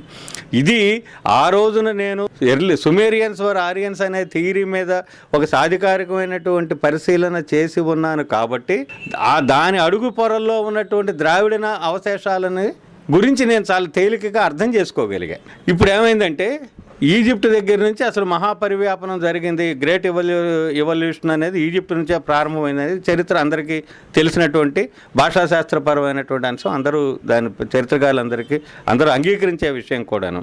సో ఈజిప్ట్ నుంచి ప్రారంభమైనటువంటి ఈ భాషా పరివ్యాపనంలో ఒక మజిలీ సుమేరియన్ కల్చర్. అక్కడ మొట్టమొదట ఆర్యులు అక్కడికి రాకపూర్వమే ద్రావిడులు అక్కడికి వచ్చారు. అక్కడి నుంచి హిందూ మహాసముద్రం గుండా బంగాళాఖాతంలోంచి కృష్ణ గోదావరి ముఖద్వారాల ద్వారా మొట్టమొదటి తొలి ద్రావిడ మానవులు కృష్ణ గోదావరి ముఖద్వారాల ద్వారా, అంటే మన దివిసీమలోను లేదంటే రాజమండ్రి పరిసర ప్రాంతాలు సముద్రం కలిసేది కృష్ణా గోదావరి నదీ సంగమ ప్రాంతాల్లోంచి, అంటే సముద్రంలోంచి నది ద్వారా నేల మీదకి వస్తారు కదా. సో కృష్ణా గోదావరి నదీ ముఖద్వారాల ద్వారా తొలి ద్రావిడ మానవుడు తెలుగు నేల మీద అడుగు పెట్టాడు అన్నదానికి నేను చాలా సాక్ష్యాలు సేకరించాను. ఎన్ని సాక్ష్యాలు సేకరించాను అంటే ఎవరూ చేయనంత కృషే దాదాపుగా నేను తెలుగులో తొలిసారిగా నేను నైలు నుండి కృష్ణ దాకా పేరుతో ఈ ఈజిప్ట్ పరిభాషలో ఈజిప్షియన్ రేసెస్, ఎర్లీ ద్రవిడియన్స్, వీళ్ళు ఇవాళ మనం ఈజిప్టు అని చెప్పనంటే వాళ్ళంతా ఆఫ్రికన్స్ అంటే నిగ్రాయిడ్ రేస్ తర్వాత వచ్చారు ఆఫ్రికాకి. ఆనాడు ఉన్నటువంటి రేసు ఎర్లీ ద్రవిడియన్స్ ఎట్టా ఉంటారు అంటే ఇప్పటి ఆంధ్రులు ఎలా ఉంటారో అలా ఉంటారని చెప్పారు చరిత్రకారులు. ఆ విధంగా south India is a cradle of Dravidian races అన్నారు. దక్షిణ భారతదేశం ముఖ్యంగా తెలుగు ప్రాంతం తొలి ద్రావిడులకి పుట్టిల్లు లేకపోతే ఉయ్యాల లాంటిది అన్నాడు. అంత చరిత్రను అధ్యయనం చేసినటువంటి వ్యక్తులు వచ్చిన తాజా పరిశోధనాంశాలు వరుసగా తీసుకున్నప్పుడు ఏమైందంటే మన తెలుగు భాషలో ఇప్పుడు ఈజిప్షియన్ భాషలు, ముఖ్యంగా ఆఫ్రికన్ భాషలు చాలా భాగం ద్రావిడ భాషలకు దగ్గరగా ఉన్నాయి. ఆసియాలో మాట్లాడుతున్నటువంటి చాలా ద్రావిడ భాషలకి దగ్గరగా ఉన్నాయి అన్న థియరీని గమనించి, మనకి భాషా కుటుంబాలు చాలా ఉన్నాయి కదా, Indo European family of language, మనదేమో ద్రవిడియన్ ఫ్యామిలీ ఆఫ్ లాంగ్వేజ్ కింద తెలుగు వస్తుంది.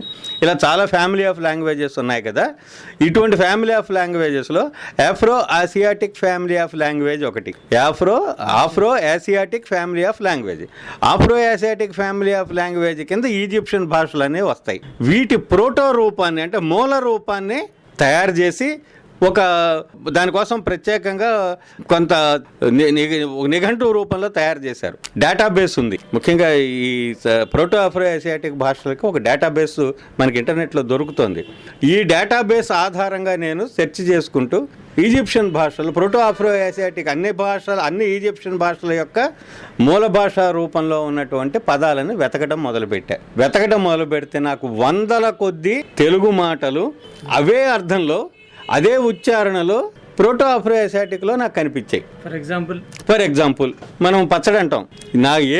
ఏ భాషావేత్త పచ్చడి శబ్దానికి మూలం చెప్పలే. పిఏసి అనే పదానికి to destroy, to break down అని అర్థాలు ఇచ్చాడు. పచ్ అనగా ధ్వంసం చేయడం లేదా పగలగొట్టడం, అక్కడి నుంచి వచ్చింది పచ్చడి. పచ్చి శబ్దానికి ఇంకొక అర్థం ఇచ్చాడు, ఇది నోరడం. ఈ అర్థం కూడా మనకు కనిపిస్తుంది అనమాట. ఇవి చిన్న ఉదాహరణే. ISQ ఏ శాండ్ అని అర్థం ఇచ్చాడు, ఇసిక ISQ. తర్వాత కొండ చిలువ అంటాం మనం, CIL అనేటువంటి మార్గం చిల్ ఏ స్నేక్ అని అర్థం. మనకి చిలువ అనేటువంటి శబ్దం అక్కడి నుంచి వచ్చింది. ఇది కొండ చిలువ అంటే పెద్ద పాము అని చెప్పనడానికి గజ అన్న మాట వాడినట్టే, ఏదో గజమాల అని చెప్పిన అన్నట్టే ఈ కొండ చిలువ అనే మాట కూడా అట్లా పుట్టిన. పాముల్లో పెద్ద పాము కొండ చిలువ, కొండలాంటి పాము, కొండంత పాము, చాలా బిగ్ స్నేక్ అని చెప్పిన అనడానికి అనకొండ అంటున్నాడు కదా. ఇప్పుడు ఆ అనకొండ లాంటి పాము అంటానికి కొండ చిలువ అన్నాడు. అనకొండలో కూడా కొండ ఉంది కదా. ఇలాగా నేను చాలా పదాలు ఏరుకొచ్చి మన భాషా పదాలకి మూలాలు ఆఫ్రో ఏసియాటిక్ ఫ్యామిలీ ఆఫ్ లాంగ్వేజెస్లో ఉన్నాయి. మన భాషా పదాలకి మూలాలు చాలా భాగం ఆఫ్రో ఏసియాటిక్ ఫ్యామిలీ ఆఫ్ లాంగ్వేజెస్లో ఉన్నాయి. ఎందుకున్నాయి ఏమిటి అనేది నేను వెతకడం మొదలు పెడితే ఫ్రాంక్లిన్ సి సౌత్వర్త్ అనే పరిశోధకుడు, ఆయన మహారాష్ట్ర కేంద్రంగా, నాగపూర్ కేంద్రంగా ఆయన పనిచేస్తున్నాడు. ఆయన చేస్తున్నది ఏమిటంటే మహారాష్ట్రియన్ అంటే మరాఠీ అగ్రికల్చరల్ వొకాబులరీ మీద ఆయన పరిశోధన. ఆయనే ఆఫ్రికా నుంచి రేసెస్ వచ్చి బంగాళాఖాతం ద్వారా కృష్ణానది ముఖద్వారంలోంచి ఈ తెలుగు నేల మీదకి అడుగు పెట్టాడు అన్న థియరీని ప్రతిపాదించి ఫ్రాంక్లిన్ సి సౌత్వర్త్ అనేటువంటి పండితుడు మ్యాప్ గీసి కృష్ణానది గోదావరి ముఖద్వారాల దగ్గర రౌండ్ సర్కిల్ చుట్టి బాణం గుర్తు వేసి ఇదిగో ఇక్కడే మొట్టమొదటి తొలి మానవుడు అడుగుపెట్టాడని రాశాడు. ఆయన ద్రవిడియన్ కాదు, తమిళుడు కాదు, ఇంకోడు కాదు. ఇట్లాంటివి మన భాషావేత్తలు అందుకోలే. కానీ ఇవి మరి నాకు వరం అనండి, అదృష్టం అనండి, లేకపోతే నా కృషి అనండి, ఇట్లాంటివన్నీ నా కళలో పడ్డాయి. ఇవన్నీ నేను ఏరుకొచ్చి ఈయన ఇలా చెప్తున్నాడు అని చాలామంది పరిశోధకులు అన్నీ తీసుకొచ్చి నేను నైలు నుండి కృష్ణ దాకా అని పుస్తకం రాశాను. అంటే వ్యాసాలు రాశాను. ఈ వ్యాసాలన్నీ పుస్తకంగా తీసుకొచ్చాం. ఆ పుస్తకాన్ని ద్రవిడ విశ్వవిద్యాలయం వారు ప్రచురించారు. అప్పుడు గంగిశెట్టి లక్ష్మీనారాయణ గారు, ప్రొఫెసర్ గంగిశెట్టి లక్ష్మీనారాయణ గారు వైస్ ఛాన్సలర్గా ఉండేవారు ద్రావిడ విశ్వవిద్యాలయానికి. ఆయన నా వ్యాసాలని చదివి వరుసగా అప్పుడు నడుస్తున్న చరిత్ర అనే పత్రికలో నేను వరుసగా వ్యాసాలు రాస్తూ ఉండేవాడిని. అవన్నీ ఆయన చదివి ఇవి మనం ఒక పుస్తక రూపంలో వస్తే బాగుంటుందని నన్ను ప్రోత్సహించి పుస్తకంగా దాన్ని తీసుకొచ్చి, అంటే యూనివర్సిటీ ప్రమాణాలతో నేను అవి రాయలా. అసలు నేను ఆ యూనివర్సిటీ ప్రమాణాలు అంటేనే ఒక విధంగా నాకు కాస్త ఇబ్బందిగా ఉంటుంది. ఎందుకంటే వాళ్ళకి బిబ్లియోగ్రఫీ ఇస్తే చాలు. నేను చాలామంది పరిశోధన గ్రంథాలు తీసినప్పుడు బిబ్లియోగ్రఫీ తీసి ఈ పుస్తకం మీరు చదివారా అని అడిగితే చూడలేదండి అంటాడు. ఎవరో రాసిన బిబ్లియోగ్రఫీ ఎత్తి అక్కడ రాస్తే ఉందే లేదా, రైట్ ఉంది ఇచ్చేయండి. అది ప్రమాణం ప్రకారం ఇంటి పేరు ముందు, మనిషి పేరు తర్వాత, పుస్తకం పేరు తర్వాత, ఆ రూల్ ప్రకారం ఉంది అయితే ఇచ్చేసాయి. ఇలాగా మన వాళ్ళు పరిశోధన పత్రాలని జనం మీద వదులుతున్నటువంటి దశ కాబట్టి నేను ఆ విధంగా కూడా నేను రిఫరెన్స్తో కలిపి సబ్జెక్ట్ రాస్తాను తప్ప కింద ఈ అధోజ్ఞాపికలు రాయడము, ఈ బిబ్లియోగ్రఫీ ఇవ్వటం ఇట్లాంటి వాటన్నిటిని నేను పాటించను. ఎందుకంటే దానివల్ల ఏమవుతుంటే నా దృష్టి ఏమో కామన్ రీడరు. నేను ఈ వ్యాసాలు నేను పండితుల కోసం రాయటల్లా. కానీ పండిత ఆమోదం ఉంటేనే అది ప్రామాణికం అవుతుంది కదా. పండిత ఆమోదం ఎప్పటికీ ఉండదు. పండిత ఆమోదంలో ఏమైందంటే నా విషయంలో జరిగింది ఏమిటంటే, నువ్వు ఆయుర్వేదం వైద్యుడివి, మాత్రలు కట్టుకునేవాడివి, నీకు భాషతో పని ఏమిటని నన్ను ప్రశ్నించారు. నువ్వు కుక్క చేయాల్సిన పని కుక్క చేయాలి, గాడి చేయాల్సిన పని గాడి చేయాలి, నువ్వు వైద్యం చేసుకునేవాడు వైద్యం చేసుకోక భాష గురించి నీకెందుకు అని చెప్పిన నేను ఒక సభలో నన్ను నిలబెట్టి అడిగినప్పుడు, పెద్దవాళ్ళు కొంతమంది నన్ను నిలబెట్టి అడిగినప్పుడు బుద్ధప్రసాద్ గారు కళ్ళెర్ర చేసి, కుక్క చేయాల్సిన పని కుక్క చెయ్యట్లేదు కాబట్టి భాష ఇది గాడిద చేయాల్సిన పని గాడిద చేయట్లేదు కాబట్టి పూర్ణచంద్ర చేస్తున్నాడు.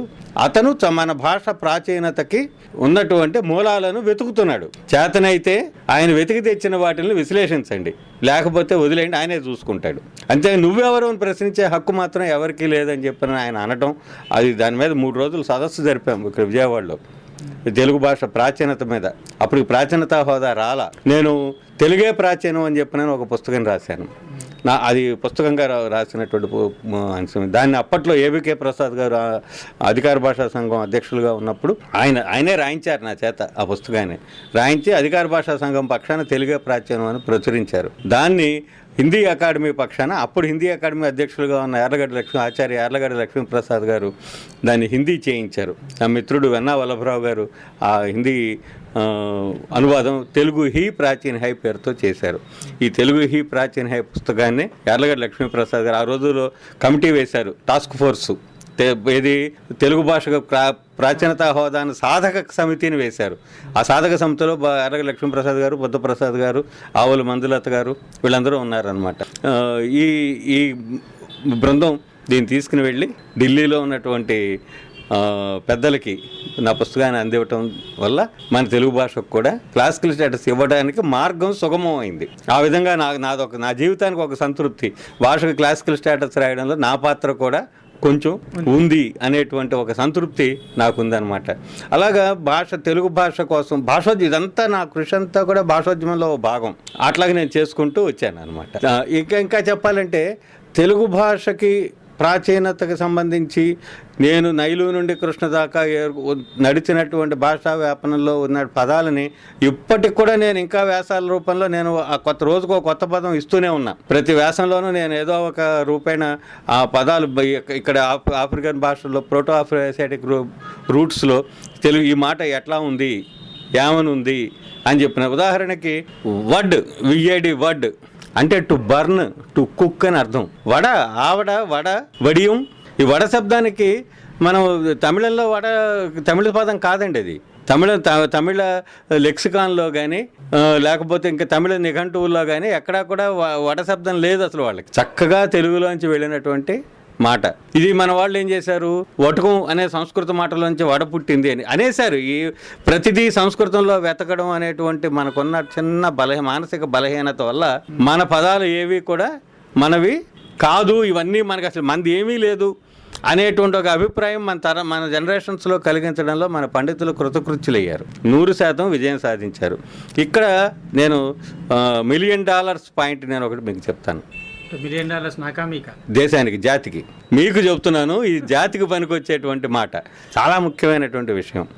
ఎఫ్బిజే క్వేపర్ అనేటువంటి ఒక ఇంటర్నేషనల్ లింగ్విస్టు, ఆయన ఋగ్వేదంలో ఉన్న పదాలన్నీ Indo European Indo Aryan family of language అంటాం మనం.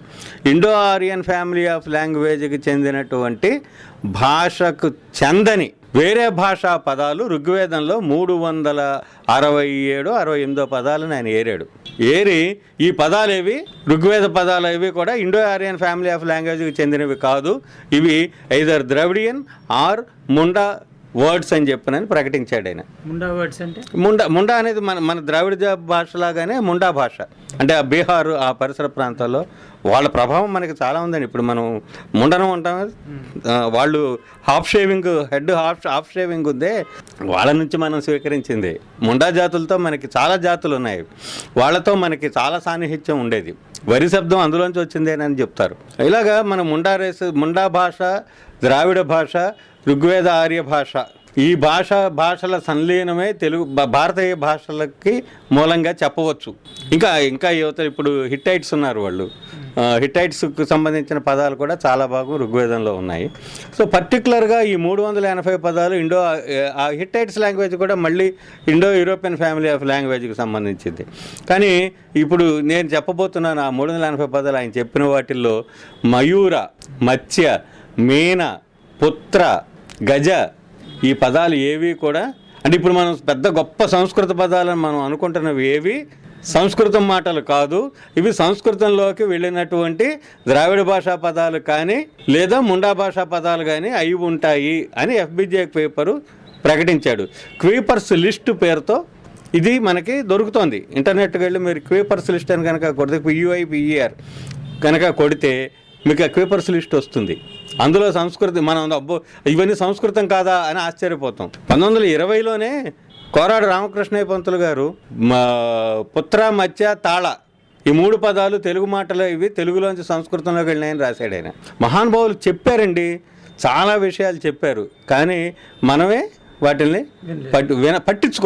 పట్టించుకోవటల్లా. ఇప్పటికి కూడా పట్టించుకొని తనవే మనకి అపకారం చేస్తుంది. మన భాష మూలాలు ఎన్నో వేల సంవత్సరాలకి తీసుకుని వెళ్ళి ఈ కృష్ణా గోదావరి ముఖద్వారాలలోంచి ప్రవేశించిన ద్రావిడ మానవులే ఈ తెలుగు నేల మీద నుంచి ఇండస్ వ్యాలీ సివిలైజేషన్ నిర్మాతల్లో ఈ ద్రావిడులు కూడా పాల్గొన్నారు అనేది ఇప్పుడు తాజా పరిశోధనాంశం. అంటే తెలుగు నేల నుంచి విస్తరించినటువంటి జాతి సింధు నాగరికత వరకు వెళ్ళిందని. ద్రవిడియన్స్ నిర్మాణ రంగ నిపుణులండి. భారతదేశంలో గొప్ప నిర్మాణాలు అన్నిట్లోనూ తెలుగువారి పాత్ర ఉంది. కన్స్ట్రక్షన్లో చాలా ఎక్కువ ప్రావీణ్యత కలిగినటువంటి రేస్ అన్నమాట అది. సో ఇక్కడ ఏమిటంటే మనకి కృష్ణానది వరకు, కృష్ణా పరివాహక ప్రాంతం వరకు లేదా కృష్ణా జిల్లా వరకు పరిమితమై కనుక మనం ఆలోచించినట్లయితే ఇక్కడ ద్రావిడులతో పాటుగా నాగులు ఉన్నారు, యక్షులు ఉన్నారు, తర్వాత గరుడులు ఉన్నారు. మా బలరామూర్తి గారు చెప్పిన దాని ప్రకారం ఏంటంటే ఆంధ్రులు ఇక్కడికి వచ్చి వీళ్ళలో కలిశారు. ఇప్పుడు అది కౌండిన్య సుచంద్రుడు అనేవాడి పుత్రుడు ఆంధ్రుడైన ఆంధ్ర విష్ణువు అనేటువంటి వ్యక్తి ఇక్కడ ఉన్నటువంటి నిశుంభ నాగుడు అనేటువంటి వాడిని ఓడించి తన ఆంధ్ర సామ్రాజ్యాన్ని ఇక్కడ వ్యవస్థాపించాడు అని మన పురాణాల్లో ఉంది.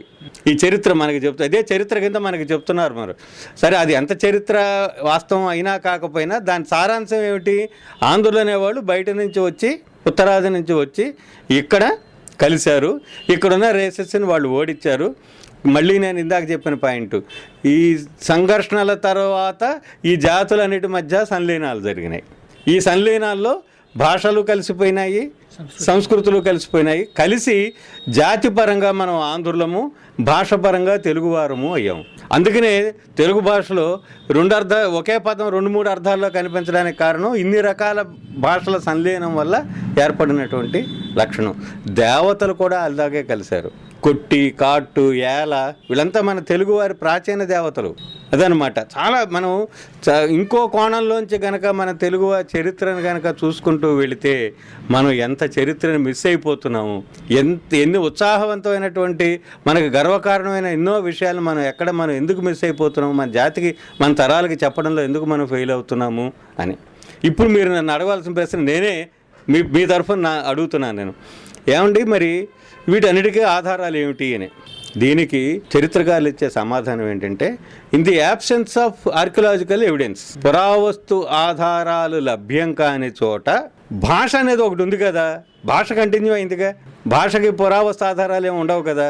కాబట్టి భాషా పదాల చరిత్రను కనుక మనం లాగగలిగితే, భాష ఆధారంగా మనం చరిత్రను కనుక నిర్మించగలిగితే, మీరు మన భాష గురించి, భాష ఆరిజిన్స్ ఆఫ్రికాలో ఉన్నాయని గురించి మీరు చెప్పుకుంటూ వచ్చారు. అయితే మీరు కేవలం భాషతోనే కాకుండా బీయింగ్ ఏ డాక్టర్ అవ్వటం వల్లనో లేక మీ ఆసక్తి వల్లనో ఎలాగైతే భాష వైపు మళ్ళారో, అలాగే మీరు సమాజానికి ప్రస్తుతం అత్యంత ఆవశ్యకమైన విషయం తిండి. ఒక్కోసారి ఆర్టికల్ చూస్తుంటే ఏమి తిని చచ్చేది అనిపిస్తుంది. ఇది తిన్నా ఇది అవుతుంది అంటారు, ఒకసారి మిలెట్స్ తినమంటారు, కొందరు తిండి మానేయమంటారు, కొందరు తెల్ల బియ్యం తినద్దంటారు, కొందరు కొర్రలు ఇవి తినమంటారు, కొందరు అసలు బియ్యమే తినద్దంటారు. ఇలా రకరకాల సమయంలో మీరు సమాజానికి మీ ధోరణిలో మీరు నమ్మిన విషయంలో దిశానిర్దేశనం చేస్తున్నారు. సో ఈ విషయాల గురించి వివరిస్తారా?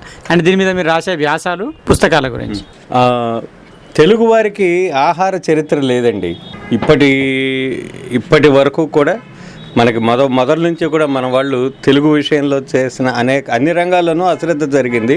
ఆహార చరిత్ర విషయంలో మరీ అశ్రద్ధ జరిగింది. అసలు ఆహార చరిత్ర గ్రంథమే లేదు మనకి. ఆహార చరిత్ర అంటే మన ఫుడ్ కల్చర్.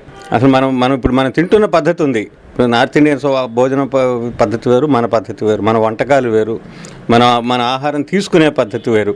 మనం మొట్టమొదట మృదువైన పదార్థాలు తీసుకుంటాం, తర్వాత కొంచెం కఠినంగా మధ్యస్థంగా ఉండేవి తీసుకుంటాం, చివరిలో ద్రవ పదార్థాలు తీసుకుంటాం. ఓ పద్ధతి ఉంది. కూర, పప్పు, పులుసు, పచ్చడి, మజ్జిగ, ఓ పద్ధతి ఉంది మనకి. ఇది మన ఫుడ్ కల్చర్లో ఒక భాగం. మన వంటకాలు, వాటి తయారీ కూడా మన పద్ధతిలో ఒక భాగం కదా.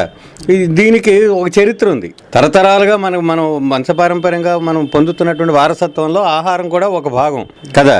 ఇది భారతదేశం మొత్తం మీద అన్నం అని చెప్పినని తమ స్టేపుల్ ఫుడ్ని అన్నం అని పిలిచేటువంటి జాతి ఒక ఆంధ్రులు మాత్రమే. తమిళులు కన్నడం వాళ్ళు కూడా సాపాటు అనే అంటారు.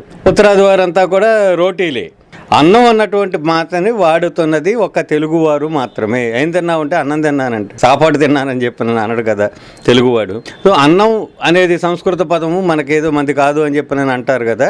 కానీ ఆప్టే నిఘంటువులో ఒకసారి తీసి చూడండి, ఎవరైనా సరే ఆప్టే నిఘంటువు తీసి చూస్తే అన్నం అంటే ఆంధ్రుడు అని అర్థం. ఆంధ్ర శబ్దానికి పర్యాయ పదాల్లో భావప్రకాశ్ అనే వైద్య గ్రంథంలో అన్నానికి పర్యాయ పదాలు ఇచ్చాడు. పర్యాయ పదాల్లో ఆంధ్ర అనే శబ్దం కూడా ఉంది. అంటే మళ్ళీ చరిత్ర వస్తుంది మనకి. అంటే మన ప్రాచీనతలోంచి మన భాష, మన చరిత్ర, మన సంస్కృతి, అన్నీ కూడా ముడిపడి సాగుతాయి. ఒక చిన్న ఉదాహరణ చెప్తానండి. కుమ్మరి సారె ఉంది. కుమ్మరి సారె మీద చక్రం కర్రను తిప్పుతారు, పైన ఒక మట్టి ముద్ద పెడతారు. ఈ చక్రం తిప్పుతూ ఈ మట్టి ముద్దని ఒక కోజాలాగానో ఒక కుండలాగానో ఏదో ఒక ఆకారంలోకి ఆ సారె మీద మనం ఆకారాన్ని తీర్చిదిద్దుతాం. అదొక శిల్పం లాంటిది, అదొక కళ, ఒక ఆర్ట్. ఈ మట్టి ముద్దని పోలే అంటారు. ఏ జాతి యొక్క ప్రాచీనమైన ఏ జాతి అయినా సరే ఆ జాతికి యొక్క వృత్తులు మొట్టమొదటి ఉంటాయి. అందుకని కుమ్మరం, కమ్మరం, వడ్రంగం ఇవన్నీ కూడా ఆ జాతి యొక్క ప్రాచీన వృత్తులు. అది ప్రాచీన జాతి అయితే ఆ వృత్తులకి తెలుగు పదాలు ఉంటాయి. మనది కాని వృత్తికి తెలుగు మాట ఉండదు. కంప్యూటర్కి తెలుగు చెప్పండి అంటే ఉండదు. ఎందుకని అది మనది కాదు కాబట్టి. ఒక ఆయన నన్ను ఇట్టాగే అడిగాడు, మీ కంప్యూటర్కి మీరు తెలుగు భాష ఉద్యమం అంటారు కదా, కంప్యూటర్కి తెలుగు చెప్పండి అన్నాడు. నేను చెప్తానండి, కంప్యూటర్కి తెలుగు చెప్పడం పెద్ద కష్టమేం కాదు. ఈలోపు మీరు బాగా ఆలోచించి పచ్చి పులుసుకి ఇంగ్లీష్ చెప్పండి అని అడిగా. పచ్చి పులుసుకి ఇంగ్లీష్ ఎక్కడి నుంచి చెప్తాడు? ఇంగ్లీష్ మాట ఉండదు. నువ్వు అది వండాలి, ఏదైనా దాన్ని తయారు చేయాలి. టామరిండ్ సూపు ఏవో సంథింగ్, నువ్వు దాన్ని రకరకాలుగా తిప్పి దాని అర్థాన్ని సాధించడమే తప్ప ఒక పదం దొరకదు కదా. పచ్చి పులుసుకి ఇంగ్లీష్ మాట ఈక్వలెంట్ ఉండదు కదా. ఎందుకు ఉండదు? అది వారి సంస్కృతి కాదు కాబట్టి, వాళ్ళకి ఆహారపు అలవాటు లేదు కాబట్టి. అంటే ఇక్కడే ఆహారపు సంస్కృతి యొక్క ప్రాధాన్యత మీకు అర్థమవుతుంది. ఇక్కడే ఆహార పదార్థాల యొక్క చరిత్ర కూడా మనకు అర్థమవుతుంది. అంతే కదా. కాబట్టి తెలుగువారి ఆహార చరిత్రని మనం నిర్మించడం అంటే తెలుగు జాతి చరిత్రని, తెలుగు జాతి ప్రాచీనతని కూడా నిర్మించడం అనేటువంటి అర్థంలో దీన్ని మనం సాధించాలి. ఆ ప్రయత్నం జరగల మనకి. నేను మొట్టమొదట ఇప్పుడు 2002లో మొట్టమొదట అలనాటి ఆహారాలని శ్రీనాథుడు దమయంతి స్వయంవరానికి వచ్చినటువంటి అతిథులకి వడ్డించిన వంటకాల మెనూ కార్డు ఇచ్చాడు. ఒక లిస్టు, ఒక పట్టిక, దాదాపు 78 ఉన్నాయి ఆ వంటకాలు. ఇందులో దీన్ని సురవరం ప్రతాపరెడ్డి గారు కానీ ఇంకా ఇతర ఆంధ్రుల సాంఘిక చరిత్రలు రాసినటువంటి మహానుభావులంతా కూడా ఇందుకు కొన్ని పదములు అర్థం కానివిగానున్నవి, కొన్ని ప్రస్తుతమైన వినియోగములు లేవు, ఏమైనాను విజ్ఞులు పరిశీలించరు కాక అని వదిలేశారు.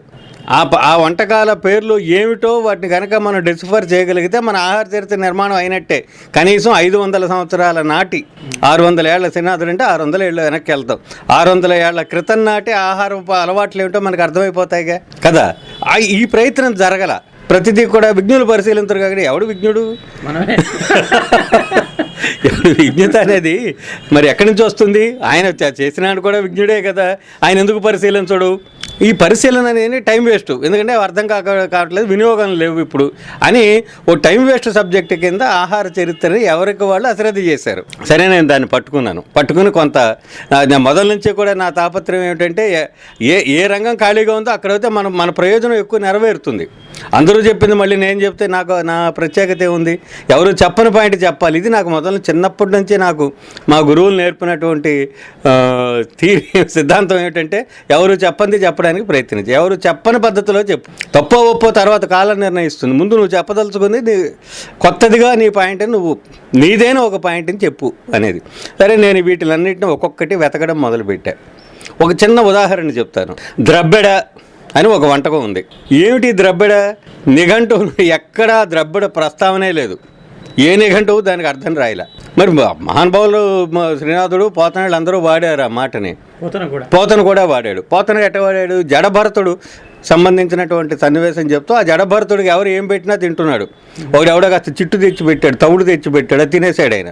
ఒకడు అరటిపండుతో తను తిని తొక్క ఆయన చేతికి ఇచ్చాడు, అది తినేసాడు ఆయన.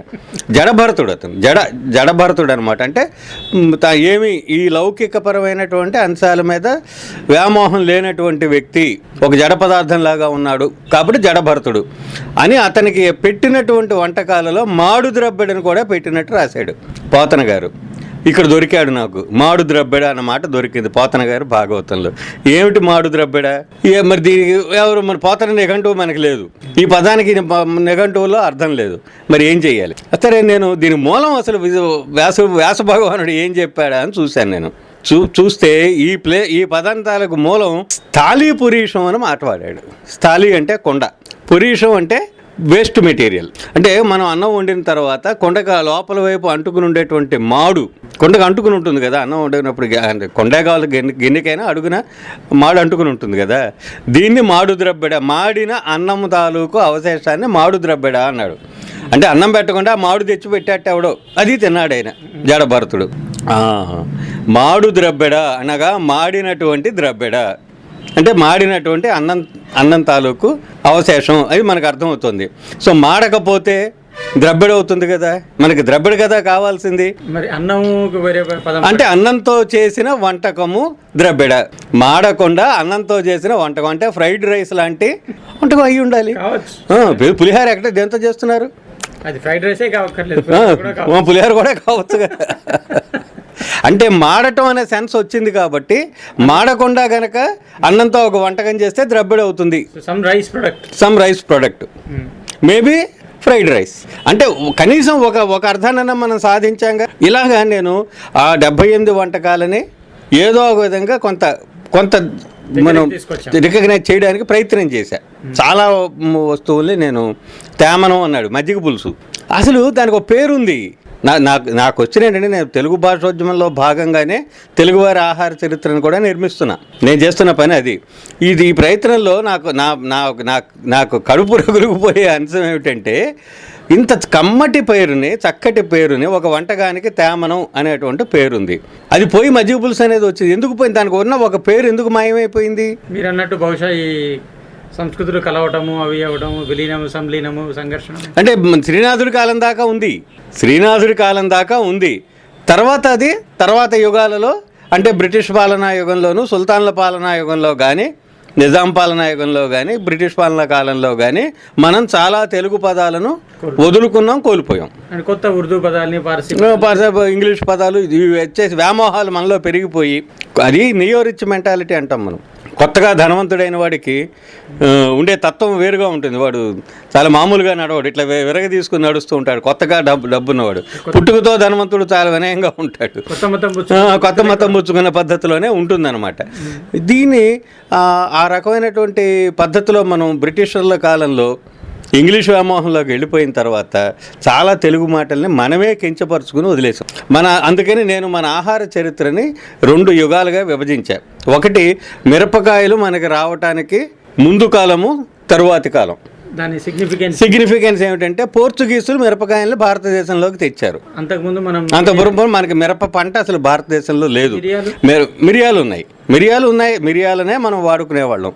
కానీ ప్రపంచం మొత్తానికి ఎగుమతులు మిరియాలు ఇక్కడి నుంచే జరిగినాయి కాబట్టి మిరియాలు చాలా కాస్ట్లీ ప్రోడక్ట్. ఈ కాస్ట్లీ ప్రోడక్ట్ అవడంతో మిరియాలను చాలా జాగ్రత్తగా, కారాన్ని చాలా జాగ్రత్తగా వాడటం అనే దానికి మనం అలవాటు పడ్డాం కదండి. ఇప్పుడు అవసరానికి మించి కారము, అవసరానికి మించి ఉప్పు మనం వేసుకొని వండుతున్నాం. దేనివల్ల? చింతపండు వేయటం వల్ల.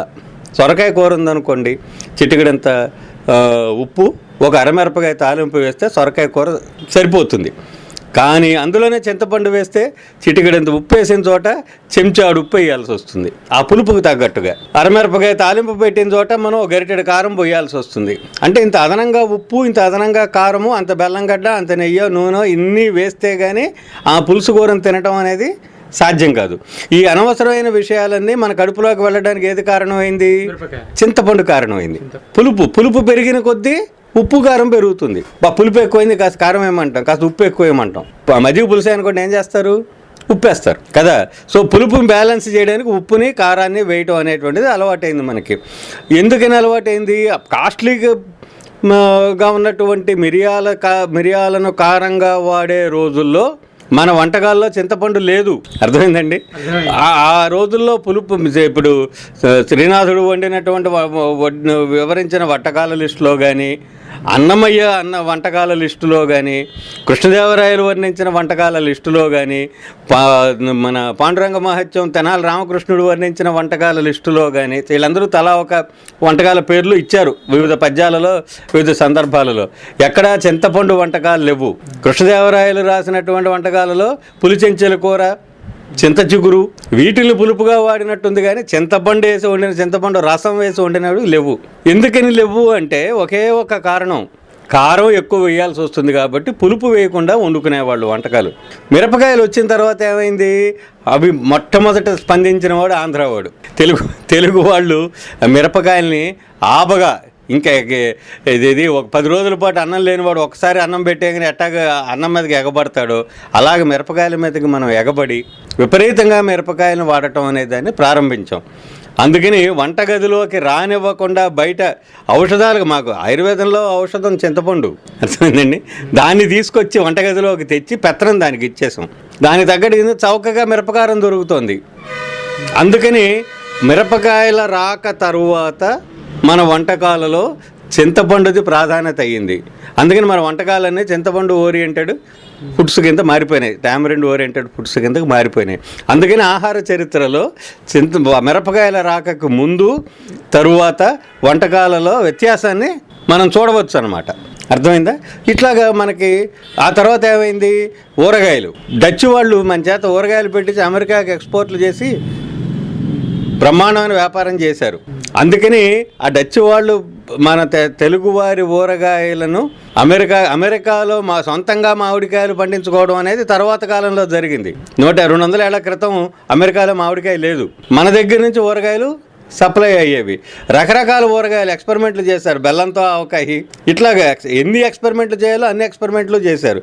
కాయని మామిడికాయని తీసుకొచ్చేసి ఊరగాయగా పెట్టడం తరగకుండానే, లేకపోతే దాన్ని చీల్చి దాంట్లో ఇవి కూరి, ఆ పిండి వగైరాలు కూరి పెట్టడం, ఇట్లాగూ విచిత్రమైన ప్రయోగాలన్నీ ఊరగాయల మీద మన వాళ్ళు చేసి, ఎందుకంటే మిరపకారం బ్రహ్మాండంగా దొరుకుతుంది. ఆ కారం అనేది ఊరబెట్టడం. ఇప్పుడు మనం ఏం చేస్తాం? ఊరబెట్టడంలోంచి పులి పెట్టడంలోకి వెళ్ళాం. ఊరగాయలు అంత పూర్వం మనకే ఉన్నాయి. క్లియోపాత్రాకి దోసావకాయ అంటే చాలా ఇష్టంట. ఆవిడ సమాధులు తెరిస్తే ఆ సమాధిలో దోసావకాయ ఉంది.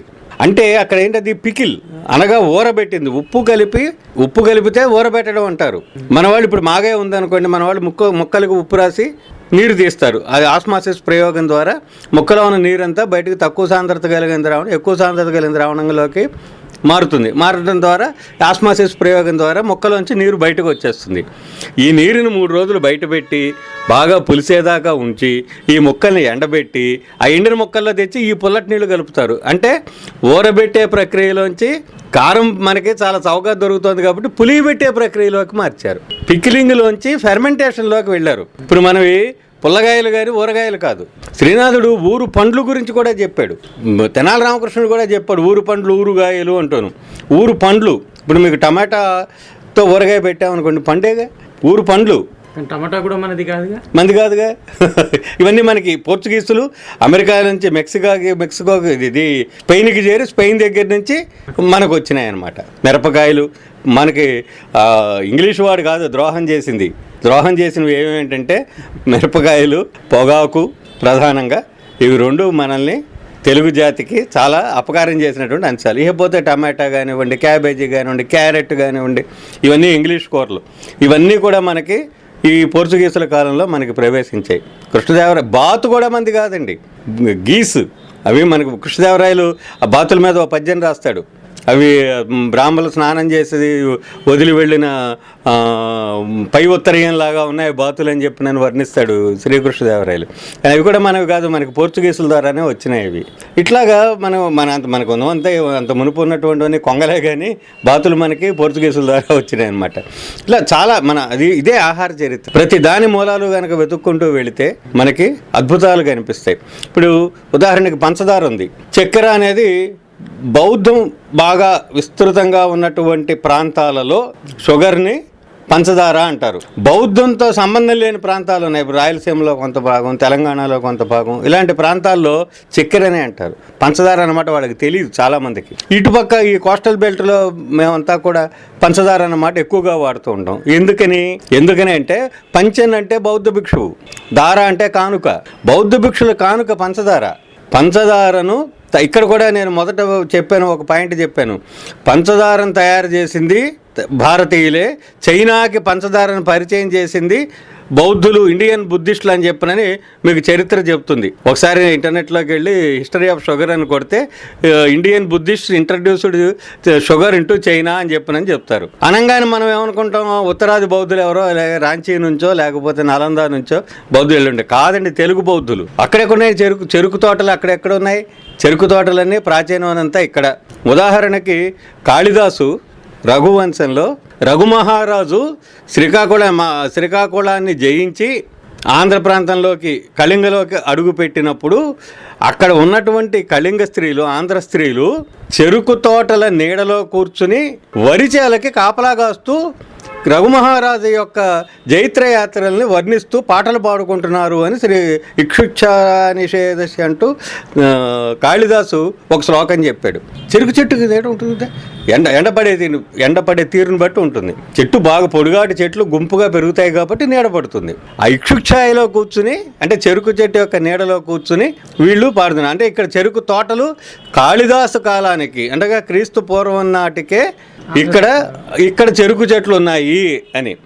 తర్వాత నేను చెప్పినట్టుగా ప్రోటో ఆఫ్రో ఏసియాటిక్ రూట్లో చెర్ ఉక్ అనేటువంటి మాటకి చెర్ ఉక్ అంటే చెరుకు, ఏ కైండ్ ఆఫ్ ప్లాంట్ అని చెప్పిన అర్థం ఇచ్చాడు, ఒక రకమైన చెట్టు అని. అది దాని ఇక్కడ మనం చెరుకు అన్న పేరుతో అది ఆ మొక్కని మనం నిలుపుకుంటున్నాం. ఈ చెరుకు మాటకి మన వాళ్ళంతా సర్కర్లోంచి వచ్చేసిన చెరుకు అని మన మీద నెట్టేస్తారు, సంస్కృతంలోకి నెట్టేసి సంస్కృతంలోంచి ఈ పదం తెచ్చుకున్నాం అంటారు. ఇది అన్యాయం. తెలుగులోంచే సంస్కృతంలోకి వెళ్ళిందని ఎందుకన్నారు? చెరుకు శబ్దం, చెరుకు యొక్క సంస్కృతీకరణమే శర్కర, కానీ శర్కరలోంచి చెరుకు అనే మొక్క వచ్చింది అని అనడం అనేది అనాలోచితంగా మనం చెప్తున్నటువంటి మాట అని నా వ్యక్తిగత అభిప్రాయం అనమాట. ఇలాగా పంచదార అనేది తెలుగు బౌద్ధ భిక్షువులు ప్రపంచానికి అందించినటువంటి ఈ తెలుగు వాళ్ళ సొంతం. అది ఆహార చరిత్రలో జాతి చరిత్ర కూడా ముడిపడి నడుస్తుంది అంటానికి ఇది ఉదాహరణ. సో మళ్ళీ నేను మొదటికి వస్తాను. కుమ్మరసారం మీద ఉన్నటువంటి ఈ పోలే, ఇది మన టెర్మినాలజీలో అత్యంత ప్రాచీనమైనటువంటి పదం. ఎందుకంటే ఈ వృత్తులు ప్రాచీన వృత్తులు కాబట్టి. ఈ పోలే నెమ్మదిగా పూజా మందిరంలోకి వచ్చింది. మన వాళ్ళు కార్తీక మాసం చివరి రోజున అమ్మవారికి పోలిని స్వర్గానికి పంపడం అని చెప్పి అరటి దొన్నెల్లో పసుపుతో చేసినటువంటి ఒక ముద్దని అరటి దొన్నెలో పెట్టి నీళ్ళలో పోలిని స్వర్గానికి పంపడం అని చేస్తారు. ఇక్కడ పసుపు ముద్ద పోలిని స్వర్గానికి పంపడం అంటారు. పోలి అంటే పసుపు ముద్ద. ఇది ఎక్కడిది? కుమ్మరసారి మేంచి వచ్చింది. అక్కడ ఉన్నటువంటి పోలి ముద్ద అని ఇది నెమ్మదిగా ఆహారపు దాంట్లో కూడా వచ్చింది. పోలిక అదే పుల్కాగా మారింది. ఒక పదం ఒక పొర మీద ఒత్తితే పుల్క, సరే పోలికకు సంబంధించింది. దీన్ని 2 పొరల మీద ఉన్నప్పుడు దౌపాతి, 3 పొరల మీద ఉన్నప్పుడు త్రిపత్ర, 4 పొరల మీద వచ్చినప్పుడు చపత్ర, 4 పత్ర, 4 పొరల మీద వండింది చపాతి. ఇవి కాలక్రమంలో మనకు వచ్చినటువంటి మార్పులు. ఆహార చరిత్రలో భాగమే కదా, ఇవన్నీ అధ్యయనం చేయాల్సిన అవసరం ఉంది కదా. చపాతీల తయారీలో తెలుగువారి పాత్ర, ఇదంతా నార్త్ ఇండియన్ ఫుడ్ అని చెప్పిన ముద్రేస్ హోటల్ వాళ్ళు నార్త్ ఇండియన్ ఫుడ్ అనేసేస్తే మనం నిజమే గామోస్ అనుకుంటున్నాం, కానీ అబద్ధం. ఇవి మన దగ్గర నుంచి వెళ్ళినటువంటి మన మాటలు, మన ఆహారం, ఇందులో మన పాత్ర ఉంది. ఇది చెప్పాలిగా, మనం మన తరానికి తెలియజేయాలి కదా. ఇవి మనవి, ఇది అప్పుడు కదా చెయ్యెత్తి జైకొట్టు తెలుగువాడా అంటే ఏంటి జైకొట్టే దేనికి, ఏం చేసాం, ఏంటి మన ఘనకార్యం మనం చెప్పకుండా ఊరికినే చెయ్యెత్తి జైకొట్టు అంటే ఉపయోగం ఏముంది? మన ఘనకార్యం ఏదో మనం చెబితే ఆటోమేటిక్గా చేయకొడతాను, చెప్పక్కర్లా కదా. అందుకని నేను దాన్ని చెప్పడం కోసం ఆహార చరిత్రను ప్రధానంగా తీసుకుని దాదాపుగా ఇప్పటికీ కేవలం తెలుగువారి ఆహార చరిత్ర మీద నేను ఆహార చరిత్రగా కాకుండా 1 భాషాశాస్త్రపరంగా విశ్లేషణ, 2 వృక్షశాస్త్రపరంగా విశ్లేషణ, 3 ఆయుర్వేద శాస్త్రపరంగా విశ్లేషణ, 4 ఆర్కియలాజికల్ ఎవిడెన్స్ల ప్రకారం బొటానికల్ ఆర్కియాలజీ ఉంది, బొటానికల్ ఆర్కియాలజీ ప్రకారం విశ్లేషణ, ఇలాగా అన్ని బహుముఖీనంగా ఇన్ని రకాలుగా చరిత్రను విశ్లేషిస్తూ తెలుగువారి ఆహార చరిత్రకు సంబంధించినటువంటి మూలాలను వెతకడం ప్రారంభించా. తెలుగులో మొట్టమొదటిసారిగా చేపలకి 400 పేర్లు, తెలుగు పేర్లు ఉన్నాయి. 400 పేర్లతో 400 రకాల చేపలు ఉన్నాయి, వాటన్నిటికీ తెలుగు పేర్లు ఉన్నాయి. 400 పేర్లు చేపలకి నేను సేకరించా, తీసుకొచ్చి ఇవన్నీ ఒక సంపుటిగా నేను ఆ విధంగా మన ఆహార చరిత్ర యొక్క మూలాలను వెతుకుతూ, తద్వారా మన భాషా సంస్కృతుల మూలాలకు నేను దాన్ని అన్వయించుకుంటూ నేను మొదటిసారి ఆరోగ్యపరమైనటువంటిది ఆయుర్వేద పరంగా చెబుతూ ఒక వంటకం గురించి కానీ ఒక కందిపప్పు గురించి చెప్పాను అంటే కందుల యొక్క మూలాల దగ్గర నుంచి దాని బోటనీ, దాని హిస్టరీ, దాని ఆర్కియలాజికల్ ఎవిడెన్స్లతో సహా అన్నిటినీ చెప్పుకుంటూ ఆరోగ్యపరమైనటువంటి అంశాలను కూడా నేను విశదీకరిస్తూ ఒక ఆయుర్వేద వైద్యుడిగా, ఒక చరిత్ర అధ్యయనపరుడుగా, ఒక వృక్షశాస్త్ర అధ్యయనపరుడుగా, ఒక భాషాశాస్త్రపరమైనటువంటి అధ్యయనపరుడుగా నేను వీటన్నిటిని సమన్వయం చేసుకుంటూ రాసుకుంటూ వస్తున్నా. అందుమూలన నా వ్యాసాలకి కానీ, నేను చెప్పేటువంటి ఆహారానికి సంబంధించిన అంశాలలో కానీ ఇతరుల కన్నా భిన్నమైనటువంటి ధోరణులు కనిపిస్తాయి, కొత్త విషయాలు కనిపిస్తాయి, ఇంకొకళ్ళు కాపీ కొట్టి చెప్పగలిగే అవకాశం లేనటువంటి అంశాలన్నమాట. అలా నేను ఇప్పటికీ దాదాపుగా 13 పుస్తకాలు, అందులో ఆహార వేదం అనేటువంటి పుస్తకం దాదాపు 600 పేజీల వాల్యూమ్ అది. అలాగే తరతరాల తెలుగు రుచులు, అలనాటి ఆహారాలు, భోజన భోగం, వంటిల్లే వైద్యశాల, ఇలాగ ఆహారానికి సంబంధించినటువంటి అనేక పుస్తకాలు, ఇవి నేను దాదాపు 12 నుంచి 15 పుస్తకాల వరకు కూడా నేను కేవలం ఆహారం యొక్క ఆరోగ్యపరము ప్లస్ చరిత్రపరముగా ఉన్నటువంటి అంశాలన్నింటినీ కూడా చెప్పుకుంటూ నేను వస్తున్నాను. నేను ప్రత్యేకంగా ఇది పూర్ణచందు మాత్రమే చెప్పగలడని నా వ్యాసం చదివితే ఎవరైనా సరే అర్థం చేసుకోవాలి. నా పేరు వేయకపోయినా కూడా ఈ మధ్య ఓ పత్రికలో వరుసగా నేను తెలుగువారి ఆహార చరిత్ర రాస్తున్నాను, ఆంధ్రప్రదేశ్ అని పత్రికలో నేను రాస్తున్నాను. ఒక వారం నా పేరు వేయకపోయినా వచ్చే నష్టమే లేదు, ఎందుకంటే అది వేసినట్టే తెలుస్తుంది, అది నేను రాసినట్టే ఉంటుంది.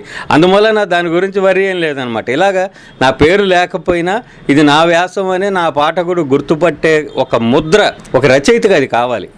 నా దృష్టి అదనమాట. ఎవరైనా సరే పేరు లేకపోయినా ఇది పలానా ఆయన రైటరు, విశ్వనాథ సత్యనారాయణ గారు రాస్తే ఆయన పేరు అక్కర్లా, ఇది ఆయన రాసిందని ఎవరికైనా తెలిసిపోతుంది. ఆ ముద్ర మనం సాధించగలిగామా లేదా, రచయిత యొక్క పరిణతి ఆ ముద్ర మీద ఆధారపడి ఉంటుందని నేను అనుకుంటాను. అలాగే నాదైన ముద్ర కలిగినటువంటి రచనలు నేను అనేకం చెయ్యగలిగాను అనేటువంటి ఒక సంతృప్తి నాకుంది. అది నా పాఠకుడు నన్ను గుర్తుపట్టాలి, నా పేరు లేకపోయినా నన్ను గుర్తుపట్టాలన్నమాట. అలాగే నేను రచన చేయడానికి ఎక్కువ తాపత్రయపడతాను. మీరు సాహిత్య సృజన చేయటమే కాదు, సాహిత్య సేవ కూడా చేస్తున్నారు. ఒక కార్యకర్తగా కార్యక్రమాలు నిర్వహిస్తున్నారు. రకరకాల ప్రపంచ తెలుగు మహాసభలు నిర్వహించారు. కృష్ణా జిల్లా రచయితల సంఘం అని ఏర్పాటు చేసి కృష్ణా జిల్లా రచయితలకు ఒక వేదిక కల్పిస్తున్నారు. ఒక రకంగా చెప్పాలంటే విజయవాడ సాహిత్యం అనగానే ప్రధానంగా గుర్తుకొచ్చేది డాక్టర్ జీవి పూర్ణచంద్ గారే. నేను కూడా విజయవాడలో ఒక సాహిత్య కార్యక్రమంగానే ముందు మీకే ఫోన్ చేశాను చాలాసార్లు. సో ఈ రకమైన పరిస్థితిలో ఇలా రాస్తూ ఉద్యోగం చేస్తూ వైద్య వృత్తిలో ఉంటూ ఎలా సమన్వయం చేస్తున్నారు? మీ సాహిత్య కార్యక్రమ నిర్వహణ గురించి వివరిస్తారా? ఒకటండి, బిజీగా ఉండే మనిషే చేసుకోగలడు తీరిక. ఇది నా సిద్ధాంతం. నాకు టైం లేదండి అనేవాడు పెద్ద సోమరి అని అర్థం. బిజీగా ఉంటేనే టైం షెడ్యూల్ అనేది అసలు అర్థం అవుతుంది. ఏమీ చేయని వాడికి ఎప్పుడు క్షణం తీరిక ఉండదు, ఎప్పుడు ఏదో ఒకటి ఏమీ చేయని నిర్లిప్తలో ఉండిపోతాడు టైం లేదు అనుకుంటూ. అందువలన నేను ఎప్పుడు బిజీగా ఉంటానండి, నా వల్ల కాదండి, నేను చాలా బిజీ అండి అని చెప్పిన మాట నా నోట్లోంచి రాదు. నిజమే, నాకు 24 గంటలు కూడా చాలనంత పని చేతి నిండా ఉంటేనే నాకు అమ్మగా నిద్రపడుతుంది. అది మంచి రచన చదివితే బాగా భోంచేసినట్టు ఉండాలి అన్నాడు ఆరుద్ర. అలాగే మంచి కార్యక్రమం చేస్తేనే నాకు కమ్మగా నిద్రపడుతుంది అనమాట. ఆ కార్యక్రమం సరిగా జరగకపోతే నిద్ర కూడా పట్టదు. నా తాపత్రయం అది. మొదల నుంచి కూడా నేను సాహిత్యపరమైనటువంటి ఒక కార్యకర్తగా ఉండడానికి నేను ఎక్కువ ఇష్టపడతాను. కార్యకర్త అంటే రాజకీయ పార్టీల కార్యకర్త అన్న అర్థం కాదు. ఇక్కడ కార్యకర్త అంటే కార్యకర్త అనగా నిజంగా కార్యానికి కర్త, ఒక సత్కార్యానికి కర్త. నేను సాహిత్యపరమైనటువంటి అనేక ఉద్యమాలలో భాగస్వామిని. 1978-85 మధ్యకాలంలో ఒక 6-7 సంవత్సరాల కాలంలో విస్తృతంగా వచ్చినటువంటి మినీ కవితా ఉద్యమానికి నాది ప్రధానమైనటువంటి పాత్ర. నేను, రావి రంగారావు గారు, అద్దెపల్లి రామ్మోహన్ రావు గారు, కొల్లూరి గారు, ఇట్లా చాలామందిమి ఆ రోజుల్లో మినీ కవితా ఉద్యమం కోసం పనిచేసిన వాళ్ళం. నాగభైరవ కోటేశ్వరరావు గారు, మేమందరం మినీ కవితా ఉద్యమం కోసం కృషి చేసిన వాళ్ళం. కాగా నాది ప్రచారకుడి పాత్ర. రాసేవారు కాదు.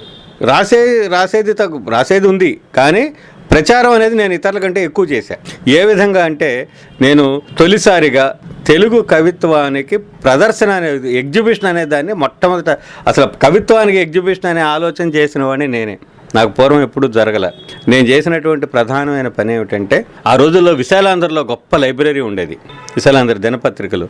రాఘవాచారి గారు ఎడిటర్ గారితో అడిగి ఆ లైబ్రరీలో కూర్చుని అక్కడ పురాణం సుబ్రహ్మణ్య శర్మ గారిని అడిగి ఆంధ్రజ్యోతిలోను, నండూరు రామ్మోహన్ రావు గారిని అడిగి ఆంధ్రజ్యోతి దినపత్రికలోను, ఇలాగా వాళ్ళ ఓల్డ్ ఎడిషన్స్ ప్లస్ వాళ్ళ దగ్గర ఉన్న లైబ్రరీలో ఉన్నటువంటివి, నేను అవి మామూలు లైబ్రరీలో లేని చాలా పుస్తకాలు విశాలాంధ్ర లైబ్రరీలో ఉండేవి ఆ రోజుల్లో. ఇప్పటి సంగతి నాకు తెలియదు. అవి నేను అక్కడ కూర్చుని అనేక కవితా సంపుటాలు వీటిల్లోంచి మినీ కవితకు దగ్గరగా ఉన్నటువంటి పూర్వం వచ్చినటువంటి చాలా కవిత్వాన్ని ఏరుకునే అంటే 6 లైన్లు 7 లైన్లు 8 లైన్లు అంతకంటే ఎక్కువ ఉండేది కాదు కదా. మినీ కవిత యొక్క రూపానికి దగ్గరగా ఉన్నవి అన్ని. కేవలం చిన్న కవిత మాత్రాన్ని మినీ కవిత అని మేము అనం. మినీ కవిత కొన్ని లక్షణాలు ఉన్నాయి. ఆ లక్షణాలు కూడా మేము బాగా విస్తృతంగా ప్రచారం చేసాం. ఇవి ఆ రోజుల్లో జిరాక్సులు లేవు, ఫోటోస్టాట్లు ఏమీ లేవు కదా. 1980లో సంగతి నేను చెప్పేది. 1980లో ఒక పెద్ద షీట్ తీసుకుని ఆ షీట్ మీద ఒకవైపు ఆ కవి పేరు, అతని కవితని రాసి, మినీ కవితని రాసి, దానికి తగ్గ బొమ్మ నేను వేసేవాడిని. నేను ఆ చిత్రకారుడిని, ఆర్టిస్ట్ని. చాలా నాతో ముఖ చిత్రాలు గీయించుకోవడానికి ఆ రోజుల్లో 1980లో చాలామంది రచయితలు నాతో ముఖ చిత్రాలు గీయించుకున్నారు. నేను అద్దెపల్లి రామ్మోహన్ రావు, రాధేయ, దివ్యదృష్టి, చాలా పుస్తకాలకి నేను ముందు ఇవి రాశాను, ముఖ చిత్రాలు గీసేవాడిని అనమాట.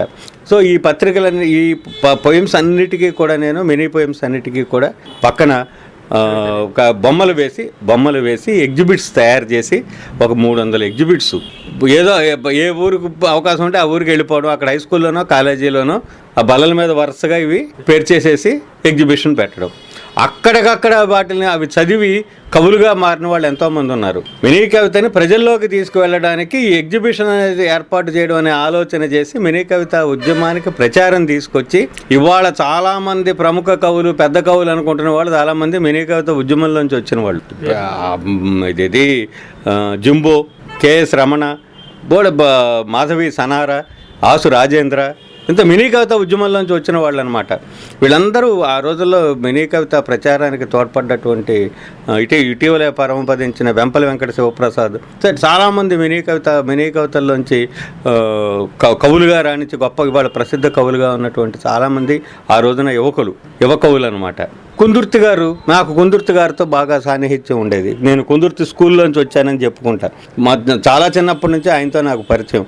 ఆయన పక్కకు తిరిగి పడుకుని మోకాల మీద చెయ్యేసుకుని పడుకుని నువ్వు చదువు అనేవాడు. ఆయనకి చదివి వినిపిస్తూ ఉంటేనే ఇది నేను ఎందుకు రాశానంటే అంటాం మనం.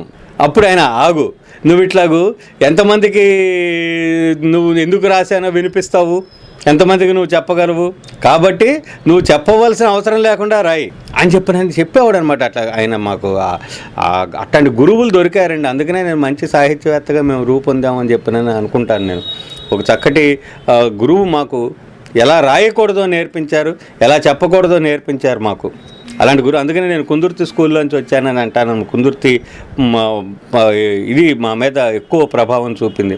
కుందుర్తి ప్రభావంతోనే నేను కాంతి స్వప్న అని కవితా సంపుటి వెళ్ళవచ్చు. నాది కవితా సంపుటి అది 1986లో ఎప్పుడో వచ్చింది మొదటి ముద్రణ. తర్వాత రెండో ముద్రణ కూడా వచ్చింది. కాంతి స్వప్న దీర్ఘ కవిత, సృష్టి మూలాలు, సృష్టి ఎట్లా ఏర్పడిందన్న దాని మీద నేను రాసినటువంటి అంశం. దీనికి సంబంధించి కూడా నేను కొన్ని విషయాలు మీకు అయితే నేను ఉద్యమంలో ఇట్లా మినీ కవిత ఉద్యమం, ఆ తర్వాత తెలుగు భాష ఉద్యమంలో నా పాత్ర గురించి మీకు నేను ఆల్రెడీ వివరించున్నాను. ఇలాగ చాలా ఉద్యమాల్లో నేను ప్రత్యేకంగా దానికి ఒక ఉద్యమ స్వరూపం తేవడంలో నా వంతు పాత్ర నేను నిర్వహించాను ప్రతి చోటను. ఇట్లాగే మినీ కవిత ఉద్యమంలో కూడా నేను ఒక ఉద్యమ జీవిగానే నా జీవితాన్ని నేను ఎక్కువ ఇష్టపడ్డాను. అందుకనే నేను ప్రధాన కార్యదర్శిగా ఉండడానికి ఇష్టపడతాను, అధ్యక్షుడిగా ఉండడానికి ఇష్టపడను. ఏదైనా సభల్లో కూడా అధ్యక్షుడు అంటే వద్దండి బాబు, నేను ఏదైనా నాకు ఒక సబ్జెక్ట్ ఇవ్వండి, దాని మీద మాట్లాడతానంట. ఎందుకంటే ఆ సబ్జెక్ట్ కోసం నేను ప్రిపేర్ అయ్యి వస్తాను, నాకు వ్యాసం తయారవుతుంది. అధ్యక్షుడు అంటే ఏముంటుంది, అది నాకు ఉండదు. అందుకని నేను సభాధ్యక్షుడు అంటే ఇష్టపడను అనమాట. నాకు సబ్జెక్ట్ ఇవ్వండి, ఆ సబ్జెక్ట్ మీద నేను మాట్లాడతానని చెప్పినని నేను ఎక్కువ అందుకని కార్యదర్శిగా ఉండటానికి నేను ఎక్కువ ఇష్టపడతాను. కాబట్టి మొదల నుంచి కూడా కుందుర్తి గారు, నువ్వు కార్యకర్తగా ఉండదలుచుకున్నావా, రచయితగా ఉండదలుచుకున్నావా, ముందు నిర్ణయించుకో అనేవాడు. కార్యకర్తగా ఉండదలుచుకుంటే నువ్వు ఈ సాహిత్యం జోలికి, రచనల జోలికి వెళ్ళకు, కార్యక్రమాల మీద శ్రద్ధ పెట్టి కార్యక్రమాల నిర్వహణలో నువ్వు నిరూపించుకో. రచయితగా రాణించదలుచుకుంటే రచయితగానే ఉండు, అనవసరంగా కార్యక్రమాల జోలికి వెళ్ళకని అనేవాడు ఆయన. మా అధ్యక్షుడు గుత్తుకొండ సుబ్బారావు గారు, మా ఇద్దరిది 76 నుంచి మాకున్నటువంటి స్నేహం. గుత్తుకొండ సుబ్బారావు గారు కూడా కుందుర్తికి డైరెక్ట్ శిష్యుడు. హైదరాబాద్లో ఉండగా ఆయన శిష్యుడిగా ఈయన చాలా కార్యక్రమాలు నిర్వహించాడు. శివారెడ్డి గారు, మా గుత్తుకొండ సుబ్బారావు వాళ్ళంతా కలిసి వేకువ పత్రిక నడిపిన వాళ్ళు అనమాట. సో సుబ్బారావు గారు కుందుర్తి ఆదేశాన్ని అక్షరాల తూచా తప్పకుండా పాటించి తను రచయితగా విరమించుకుని కార్యకర్తగా అద్భుతమైన కార్యక్రమాలు చేయడం అనేది ఆయన చేశాడు. నేను ఇటు రచయితగాను ఇటు కార్యకర్తగా కూడా రెండు వైపులా మనం ఎందుకు సాధించలేము అనేటువంటి ఒక పట్టుదలతో దేని సమయాన్ని దానికి కేటాయించుకుంటూ ఇవాళ నేను 9 పత్రికలకి ఫీచర్స్ రాస్తున్నా. ఆంధ్రభూమి దినపత్రిక, ఆంధ్రభూమి వారపత్రిక, విశాలాంధ్ర వారపత్రిక, ఇట్లా వీక్లీలు ఉన్నాయి, మంత్లీలు ఉన్నాయి. 9 పత్రికలకు ఫీచర్ రాయడం అంటే ఏ రోజు నేను ఒక వ్యాసం రాయలేకపోతానో ఆ మొన్నటి 2 వ్యాసాలు రాయాలి. అంత రాస్తే తప్ప నా ఇది పూర్తవదు. పైపచ్చు ఇవన్నీ ఊరికినే కళ్ళు మూసుకుని రాసే వ్యవహారం కాదు. అవన్నీనేమో ఒక సమగ్రమైన పరిశీలన చేస్తే కానీ రాయటం పూర్తిగా అన్నటువంటి రచనలే నేను ఎక్కువ చేస్తూ ఉంటాను. అందువల్ల ఎక్కువ సమయం తీసుకుని రాయాల్సి వస్తుంది. ఇంత నేను రాస్తూ కూడా కార్యక్రమాలు చేస్తూ రాస్తూ పెద్ద కార్యక్రమాలు పెట్టిన ప్రపంచ మహాసభలు చేసినా కూడా నేను నా ఫీచర్స్ ఆపల. నేను ఫీచర్స్ రన్ చేస్తూనే నేను ప్రపంచ తెలుగు రచయితల మహాసభలు 3 మహాసభలు మేము పెద్దవాళ్ళలో కృష్ణా జిల్లా రచయితల సంఘం పక్షాన్ని నిర్వహించాం. జాతీయ తెలుగు రచయితల మహాసభలు నిర్వహించాం. ఒక్కొక్కటి 1000 పేజీల పుస్తకాలు, దాదాపు 20 పుస్తకాలు నేను సంపాదకత్వంలో తీసుకొచ్చాం. మేము ఆ 1000 పేజీలకు తక్కువ లేదు. లావాటి పెద్ద వాల్యూములు తేవాలి అంటే అది కృష్ణా జిల్లా రచయితల సంఘం మా వల్ల మాత్రమే సాధ్యమవుతుంది అన్నటువంటి ఒక ముద్రని మేము తీసుకొచ్చాం. అవన్నీ పరిశోధనా గ్రంథాలు, రెఫరెన్స్ బుక్స్. అందుకని పెద్ద పుస్తకాలు తెచ్చాం. ఎందుకంటే చిన్న పుస్తకాలు 10 పుస్తకాలు దాచుకోవడం కష్టం, ఒకటే పెద్ద పుస్తకం దాచుకోవడం చాలా తేలికే. అందుకని అన్నీ కలిపి ఒకే వాల్యూమ్గా ఉండేటట్టుగానే మేము పెద్ద పుస్తకాలకే ఎక్కువ వాల్యూమ్స్, రెఫరెన్స్ వాల్యూ ఉన్నటువంటి పుస్తకాలని ప్రచురించాము. ఇది కాక తెలుగు భాష కోసం, ప్రాచీనత హోదా కోసం మేము మచిలీపట్నం నుంచి నెల్లూరు దాకా రచయితల పాదయాత్ర నిర్వహించాం. ప్రజల గుండె తలుపులు తట్టడానికి ప్రచార కార్యక్రమాలు చేస్తాం. ఊరూరా భాషోద్యమ సదస్సులు నిర్వహించాం. బుక్ ఎగ్జిబిషన్స్లో రచయితల కోసం బాబు మీ పుస్తకాలు ఖర్చు మేము పెట్టుకుంటాం, 50% పాఠకుడికి ఇచ్చేస్తున్నాం, 50% రచయితకి, ఎగ్జిబిషన్ ఖర్చు అంతా మేమే పెట్టుకుంటాం అని చెప్పినని మేము సొంత ఖర్చులు భరించి రచయితల పుస్తకాలు ఎగ్జిబిషన్లు అమ్మి ఇట్లాగూ ఎంతో కొంత సాహిత్య సేవ అనేది రచయితలకి ఎంతో కొంత మనం సేవ చేయాలనేటువంటి ఒక తత్వంతో నడుపుకుంటూ వస్తున్నాం. మాకు ఆది నుంచి మా గురువులు విహారి గారు, ముఖ్యంగా ప్రధానంగా నేను స్మరించుకునేటువంటి వ్యక్తి విహారి గారు, గుత్తుకొండ సుబ్బారావు గారు, మా అధ్యక్షుడు గుత్తుకొండ సుబ్బారావు గారు, మా గౌరవాధ్యక్షుడు మండలి బుద్ధప్రసాద్ గారు, మా కార్యనిర్వాహక అధ్యక్షుడు ప్రొఫెసర్ యార్లగడ్డ లక్ష్మీప్రసాద్ గారు, మేమంతా కూడా ఒక టీముగా ఒక మాట మీద మేము ఇన్ని కార్యక్రమాలు చేస్తున్నాం. కాబట్టి తెలుగునాట భాషాపరమైనటువంటి చైతన్యాన్ని తీసుకురావడంలో కానీ, సాహిత్యపరమైన కార్యక్రమాలు నిర్మించడంలో కానీ, ఉద్యమాలు నిర్మించడంలో కానీ ఇలాంటి వ్యక్తుల యొక్క అండదండలు ఉన్నాయి. కాబట్టి దాన్ని ఎగ్జిక్యూట్ చేసేందుకు నాలాంటి వాడికి కొంత దాంట్లో ఉన్నటువంటి ఆ సౌలభ్యాన్ని నేను బాగా అనుభవంలో ఉన్నవాడిని కాబట్టి నేను కూడా దాని ప్రధానమైన పాత్ర నిర్వహిస్తూ ఎగ్జిక్యూట్ చేసుకుంటూ తెలుగు భాషకు సంబంధించిన భాషే మాకు ప్రధానమండి. భాష, సంస్కృతి, వీటి ప్రాచీనత, వీటి చరిత్ర, వీటికి మనుగడని తీసుకురావటం అన్నటువంటి అంశాల మీద మేము ప్రధానంగా దృష్టి పెట్టుకుని చేసుకుంటూ వస్తున్న కార్యక్రమాలు, ఎన్నో కార్యక్రమాలు చేశాము. ఒక అద్భుతమైన కార్యక్రమం చెప్తాను. ఇండస్ వ్యాలీ సివిలైజేషన్ నడుస్తూ ఉన్న కాలంలో నేను ఇంత మునుపు చెప్పున్నాను, ఇది సింధు నాగరికత నిర్మాతల్లో తెలుగు వాళ్ళు కూడా ఉండే అవకాశం ఉంది, ఇక్కడి నుంచే వ్యాప్తి చెందారు ద్రావిడ జాతులు అని చెప్పినన్న చరిత్ర ఆధారాలు కూడా మీకు నేను గతంలో వివరించున్నాను. ఇప్పుడు నాకు ఒక చిన్న ప్రశ్న, అక్కడ సింధు నాగరికత నడుస్తూ ఉన్న కాలంలో అసలు తెలుగు మీద ఏముంది కొంచెం చెప్పండి. ఇది అతిశయోక్తి, మీరు మరీ కొంచెం ఓవర్గా చెప్తున్నారు. ఇక్కడి నుంచి సింధు నాగరికతకు తెలుగు వాళ్ళు వెళ్ళారు అంటే ఆధారాలు లేకుండా ఏం మాట్లాడతారు అని చెప్పినని అనొచ్చు. రైట్, నేను దాన్ని ఒప్పుకుంటున్నాను. నేనే కాస్త తగ్గి ఓ ప్రశ్న వేస్తున్నాను. ఇండస్ వ్యాలీ సివిలైజేషన్ నడుస్తున్న కాలంలో క్రీస్తు పూర్వం 1750కి సింధు నాగరికత ముగిసినటువంటి అప్పటి వరకు తెలుగు నేల మీద మనుషులు ఉన్నారా లేరా? ఉన్నారు. ఏం చేశారు వాళ్ళు? ఎలా జీవించారు? వాళ్ళ సంస్కృతి ఏమిటి? వాళ్ళ కల్చర్ ఏమిటి? దీని మీద ఎందుకు చరిత్రకారులు ఆలోచించరు అని సింధు, కృష్ణ, లోయల నాగరికతల అధ్యయన సదస్సును ఓ సదస్సు పెట్టాం 3 రోజులు. మొత్తం ఆంధ్రప్రదేశ్లో ఉన్న ఆర్కియాలజిస్టులు అందరినీ పిలిచాం. మీరు చెప్పండి, ఈ నాగరికతకి కృష్ణా నాగరికత అని పేరు పెట్టండి, తెలుగు నాగరికత అని పేరు పెట్టండి, ఇక్కడ ఏం నడిచిందో దేశానికి చెప్పండి, ప్రపంచానికి చెప్పండి, తద్వారా మేము వెలుగులోకి వస్తాం అని చెప్పినని మేము కోరాం. ఇది ఎవరు చేస్తారని ఎవరు చేయలే.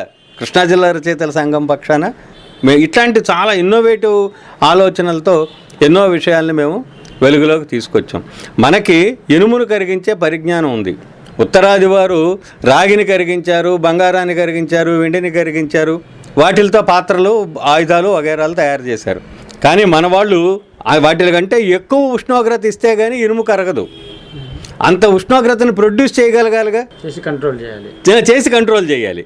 చేసి దాంతో ఇనుముతో, ఉక్కుతో, ఇప్పుడు ఒక రాగి గద కన్నా ఒక ఉక్కు గద చాలా బలమైంది. యుద్ధంలో విజయం సాధించాలంటే ఉక్కు గద కావాలి కదా. అందుకనే దండకారణ్యానికి తీసుకువచ్చి రాముడికి ఆయుధాలు ఇప్పించాడు విశ్వామిత్రుడు. ఇక్కడికి వచ్చి ఆయుధాలు ఇప్పించడం అంటే ఏదో గాల్లోంచి తీసి మంత్రబలంతో సృష్టించి ఇచ్చాడు కాదు. మాది అస్త్రాలు, శస్త్రాలు 2 ఉన్నాయి. అస్త్రాలన్నీ మంత్రబలానికి సంబంధించినవి, శస్త్రాలన్నీ ప్రయోగించేవి. గద, కత్తి, బాణము, విల్లు వగైరాలు కదా.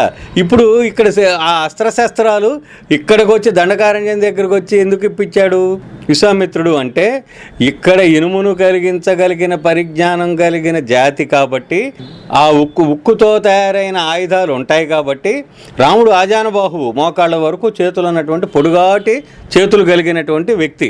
పొడుగాటి చేతులు కలిగిన వ్యక్తికి అతని కొలతలకు తగ్గట్టుగా అతని చెయ్యి బాగా ముందుకు దాపి బాణం తిట్ట లాగాలి అంటే విల్లు పొడుగు ఎంత కావాలి అంటే, మనం టైలర్ దగ్గరికి వెళ్ళి బట్టలు ఆది ఇచ్చి మనం కుట్టించుకున్నట్టుగానే ఆయన శరీరాకృతికి సంబంధించిన కొలతలతో ఆయన శక్తికి మించిన గద తయారు చేసిస్తే ఉపయోగం ఏముంది కదా. కాబట్టి ఆయన ప్రయోగించగలిగిన ఏ వ్యక్తికైనా సరే అక్కడికి వచ్చి ఆయుధాలు కొనుక్కోవాల్సిందే, తయారు చేయించుకుని కొనుక్కోవాలి, చూసుకుని అవన్నీ కూడా వాళ్ళ సైజు ప్రకారం రెడీమేడ్ షాప్కి వెళ్ళి మనకు కావాల్సిన సైజుకి మనం చొక్కానో ప్యాంటో కొనుక్కున్నట్టు అనుకుందాం పోనీ. అందుకని ఇక్కడికి వచ్చి ఆయుధాలు ఇప్పించాడు అంటే అర్థం అదే అనమాట. ఇక్కడ ఉక్కు తయారైనటువంటి ఫ్యాక్టరీలు ఉన్నాయి అంటానికి సాక్ష్యం ఏమిటి అంటే కర్నూలు దగ్గర ఓ పెద్ద కొండంత ఎత్తు యాష్ మౌంట్స్, బూడిద కుప్పలు దొరికినాయి చారిత్రక ఆధారాల్లో. ఈ బూడిద కుప్పలు 3000 సంవత్సరాల క్రితం అని, అవి 1500 డిగ్రీల సెంటీగ్రేడ్ పైన వేడికి బూడిద అయినటువంటి బూడిదని చెప్పనని తేలింది. అంత కుప్పల ఎత్తు బూడిద అక్కడ ఉన్నది అంటే పెద్ద ఇండస్ట్రీలు, ఇనుముకు సంబంధించిన ఇండస్ట్రీలు ఉండాలి. ఇదే చరిత్ర. మీకు అన్నిటికీ ఆధారం నాకు ఇక్కడ ఒక ఆయుధం దొరికితేనే ఆయుధం ఉందంటే చెల్లదు. అంటే కొంతైనా సకపోల కల్పితాలతోనైనా సరే చరిత్రను మనం నిర్మించడానికి ప్రయత్నం చేయాలి. తర్వాత మనకు ఆధారాలు దొరుకుతాయి. అసలంటూ ఒక ఊహతో మనం బయలుదేరాలి కదా. ఈ రామాయణమే సాక్ష్యం. రాముడికి ఆయుధాలు ఇక్కడికి తీసుకొచ్చి ఇచ్చాడు అంటే ఇలాగా మేము చాలా విషయాలని, చరిత్రకు సంబంధించినటువంటి విషయాలని చర్చిస్తూ మన భాష యొక్క ప్రాచీనతని వెనక్కి తీసుకెళ్ళడానికి మా వంతు కృషి మేము చేస్తాం. ఇది కూడా ఒక ఉద్యమం అంటాను నేను. ఈ ఉద్యమంలో చాలామంది మా దారిలో వస్తున్నారు. రకరకాల ఆలోచనలు, రకరకాల ఇవి జరుగుతున్నాయి. వీళ్ళందరికీ కూడా మా స్వాగతం. మీరు కూడా కొత్తగా ఆలోచించండి అనేటువంటిది స్వాగతం. సో ఇప్పుడు సాహిత్యపరమైన కార్యక్రమాలు అనగా చాలామంది దృష్టి ఏంటంటే మీటింగ్ పెట్టడం, ఇన్విటేషన్ ప్రింట్ చేయడం, సభ జరపడం, కాఫీ టీలు అరేంజ్ చేసేయడం, కుర్చీల వద్ద బ్యానర్ కట్టించేసేసి ఫోటోలు తీసేస్తే అయిపోయింది మీటింగ్. ఇదే అనుకుంటారు. కాదండి. ఇంత హోంవర్క్ ఉంటేనే, ఇంత కృషి ఉంటేనే ఒక నిర్వాహకుడు కొత్త ఆలోచనతో ఒక సదస్సుని ప్లాన్ చేయగలుగుతాడు. అర్థమైందండి. అందుకనే కార్యకర్త గొప్ప, రచయిత గొప్ప అంటే నేను కార్యకర్తే గొప్ప అంటాను. కార్యకర్త దీన్ని ఏర్పాటు బంగారు పళ్ళానికైనా గోడ చేర్పు కావాలి అన్నట్టుగా కార్యకర్త ఎంత అధ్యయనపరుడు అయినప్పుడు అతను నిర్వహించినటువంటి కార్యక్రమంలోంచి ఒక అవుట్పుట్, ఒక అవుట్కమ్ ఉంటుంది. లేకపోతే మనకి ఇప్పుడు కాలేజీల్లోనూ యూనివర్సిటీల్లోనూ జరిగేటువంటి మార్కుల సెమినార్లు, సర్టిఫికెట్ల సెమినార్లు లాగా ఏ అవుట్పుట్, ఏ అవుట్కమ్ లేకుండా పోతుంది. మేము ఎన్ని మహాసభలు చేసినా ఏ సభని గాలికి వదిలేలా ప్రతి సభకే మేము ఒక ప్రత్యేకమైన 1000 పేజీల పుస్తకాన్ని తీసుకొచ్చాం. ఏ సబ్జెక్టు మీద మేము మహాసభలు జరిపామో ఆ సబ్జెక్టు మీద ఒక పరిశోధనా గ్రంథాన్ని తీసుకొచ్చాం. ఇది మాకు నిలబడింది. మా కీర్తి ప్రతిష్టల్ని మా పుస్తకాలు నిలబెట్టాయి. మేము సభలు చేశాము. రచయితల సభ యొక్క ప్రయోజనం ఏమిటంటే 2000 మంది, 3000 మంది భాషకు సంబంధించిన వ్యక్తులు ఒక చోట చేరి ఒక సందేశాన్ని ప్రపంచానికి అందించారనేది వార్త. అందుకు సభలు తోడ్పడతాయి. కానీ ఒక పుస్తకం దాన్ని చిరస్థాయి చేస్తుంది, చిరస్థాయిగా నిలబెడుతుంది ఆ సందేశాన్ని. అందుకని మేము పుస్తకంతో కూడినటువంటి మహాసభల్ని చేయడం ద్వారా ప్రజల్లో ఇప్పుడు ఒక 15 ఏళ్ల క్రితం 2006, 2007 ఆ కాలంలో కనుక వెళితే మా పిల్లలకు తెలుగు రాదండి, మా పిల్లలు తెలుగు చదవరండి అనేటువంటి తల్లిదండ్రులు అదో గొప్పగా చెప్పేవాళ్ళు. ఇవాళ మీరు ఏ ఇంటికి వెళ్ళినా మా పిల్లలు తెలుగు రైమ్స్ చెప్తారండి, మా పిల్లలు పద్యాలు పాడతారండి అంటున్నారు. తల్లిదండ్రుల్లో మార్పు వచ్చింది. తెలుగు పాటలు పాడటం, తెలుగు పద్యాలు పాడటం, తెలుగుకి సంబంధించి పిల్లలు ఇంట్లో తల్లిదండ్రులు ఆ పూర్వం ఉన్నటువంటి ఆ మమ్మీ డాడీల సంస్కృతిలోంచి తల్లిదండ్రులు క్రమేణా బయటకు వస్తున్నారు. అంటే భాషోద్యమం కొంతమేర విజయం సాధించినట్టే నాకు లెక్క. అందులో మా పాత్ర కూడా ఉంది అనేటువంటి ఒక సంతృప్తి. కృష్ణా జిల్లా రచయితల సంఘం పక్షాన కానీ, వ్యక్తిగతంగా నా సాహిత్యం పక్షాన కానీ మాకు ఒక బృందంగా బుద్ధప్రసాద్ గారు, లక్ష్మీప్రసాద్ గారు, గుత్తుకొండ సుబ్బారావు, జీవి పూర్ణచంద్ర, ఈ 4 స్తంభాలు అని నారాయణ రెడ్డి గారు, శ్రీనారాయణ అనేక సభల్లో అన్నారు. తెలుగు భాషకి 4 స్తంభాలు అన్నాడు ఆయన. మా జన్మధన్యం. నారాయణ రెడ్డి గారు లాంటి మహానుభావుడు అంత గొప్ప ప్రశంస మాకు ఇచ్చాడు. అది నిలబెట్టుకోవాలని మా తాపత్రయం. ఇన్ని మేము చెప్పుకుంటూ వస్తున్నాం. తెలుగు భాషోద్యమ నిర్మాణంలో కృష్ణా జిల్లా రచయితల సంఘం పాత్ర, ఒక కార్యకర్తగా వ్యక్తిగతంగా మా పాత్ర. నా పుస్తకాలు అందుకు తోడ్పడ్డాయి, నా రచనలు అందుకు తోడ్పడ్డాయి. ప్రజల్లో ఆ చైతన్యాన్ని తీసుకురాగలిగాను. ఆహారపరంగా మార్పులు తీసుకొస్తున్నాం. ప్రజల భాషా సంస్కృతుల పట్ల ప్రజల్లో మార్పులు తేవడానికి నా వంతు కృషి నేను చేస్తున్నాను అని నేను భావిస్తున్నాను. ఇప్పుడు మీ కవితా సంకలనం గురించి కొంచెం చెప్తాను. నేను చాలా ముఖ్యమైనటువంటి విషయం. నా మొట్టమొదటి పుస్తకం 1980లో వచ్చింది. దాని పేరు అమలన శృంగారం. అప్పుడు నేను నా మెడిసిన్ 3rd ఇయర్ చదువుతున్నా. అది 78 సౌజన్య అని ఒక ట్యాబ్లాయిడ్ సైజు పేపర్ ఒకటి వస్తూ ఉండేది, వీక్లీ వచ్చేది. ఆ సౌజన్య పత్రికలో అప్పుడు నేను మెడిసిన్ 3rd ఇయర్లో ఉన్నాను అనమాట. నా వయసు అమలన శృంగారం రాసినప్పుడు ఖచ్చితంగా 21 సంవత్సరం. 21వ సంవత్సరం అది నాకు. 21వ సంవత్సరంలో నేను ఈ అమలన శృంగారం పుస్తకాన్ని రాశాను. అయితే ఇందులో అది మలిన శృంగారం కాదని చెప్పడం నా ఉద్దేశం. 20 ఏళ్ల వయసులో మీరు ఇందాక అన్నారు ఎంత ఇది అందరూ రకరకాల లవ్ స్టోరీలను ప్రేమలు వాటి చుట్టూ ఉండేటువంటి వయసులో మీరు ఈ పరిశోధనల వైపు ఎట్లా వెళ్ళారు అని చెప్పి నన్ను అడిగారు కదా. దానికి నేను సమాధానం చెప్తున్నాను. నేను నేను ఆయుర్వేదంలో మాకు షడ్దర్శనాలు ఉన్నాయి. ఆ 6 దర్శనాల గురించి కూడా మేము చదువుకుంటాం. నేను సాంఖ్యానికి ఎక్కువ అట్రాక్ట్ అయ్యా.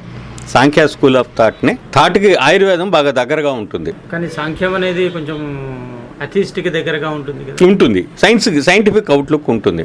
అందులో మనసు ఏర్పడటం గురించి సైకియాట్రీకి సంబంధించినటువంటి అంశాలు చాలా ఎక్కువగా సాంఖ్యంలో చెప్పబడ్డాయి. అందులో ఆయన చెప్పింది ఏంటి, సాంఖ్యులు చెప్పింది ఏమిటంటే మనసుని 3 గుణాలు నిర్మిస్తున్నాయి అంటాడు, సత్వరజస్తమో గుణాలు అని. సాంఖ్య స్కూల్ ఆఫ్ థాట్లోంచే కాశ్యప సంహిత వచ్చింది. అది యాక్చువల్గా పీడియాట్రిక్స్కి సంబంధించినటువంటి శిశు వైద్య గ్రంథం అది, కాశ్యప సంహిత.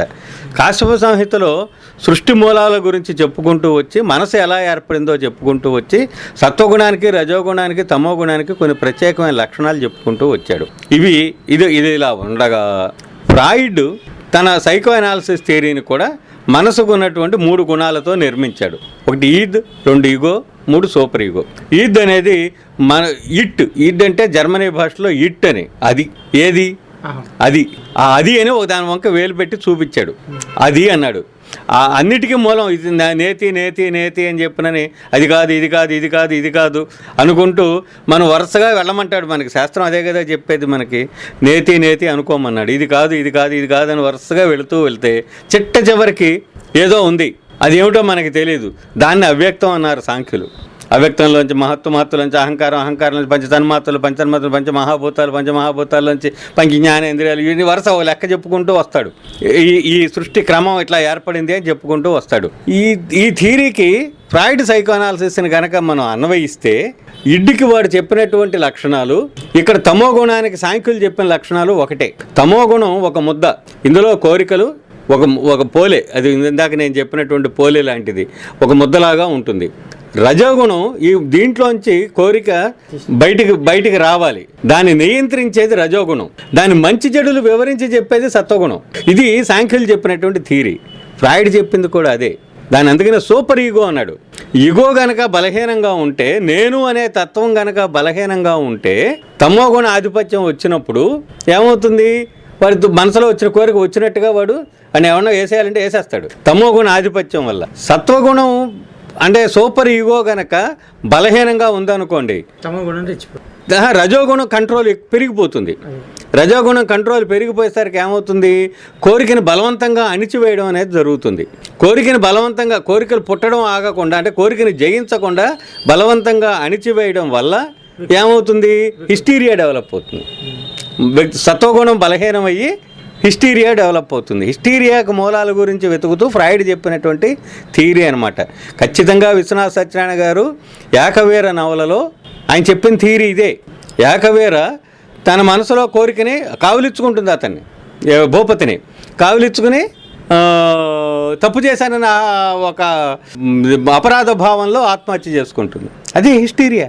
సత్వగుణం ఎప్పుడైతే మనిషిని మానసికమైన సత్వగుణం బలహీనంగా ఉంటే మనిషి మానసిక బలహీనతకు లోనయ్యి కోరికని అణుచుకోవడానికి ప్రయత్నం చేసి, కోరికని ఈగోని సూపర్ ఈగో ఏం చేస్తుందంటే, ఈగోలో జనరేట్ అయినటువంటి కోరికని ఎనర్జీగా కన్వర్ట్ చేస్తుంది.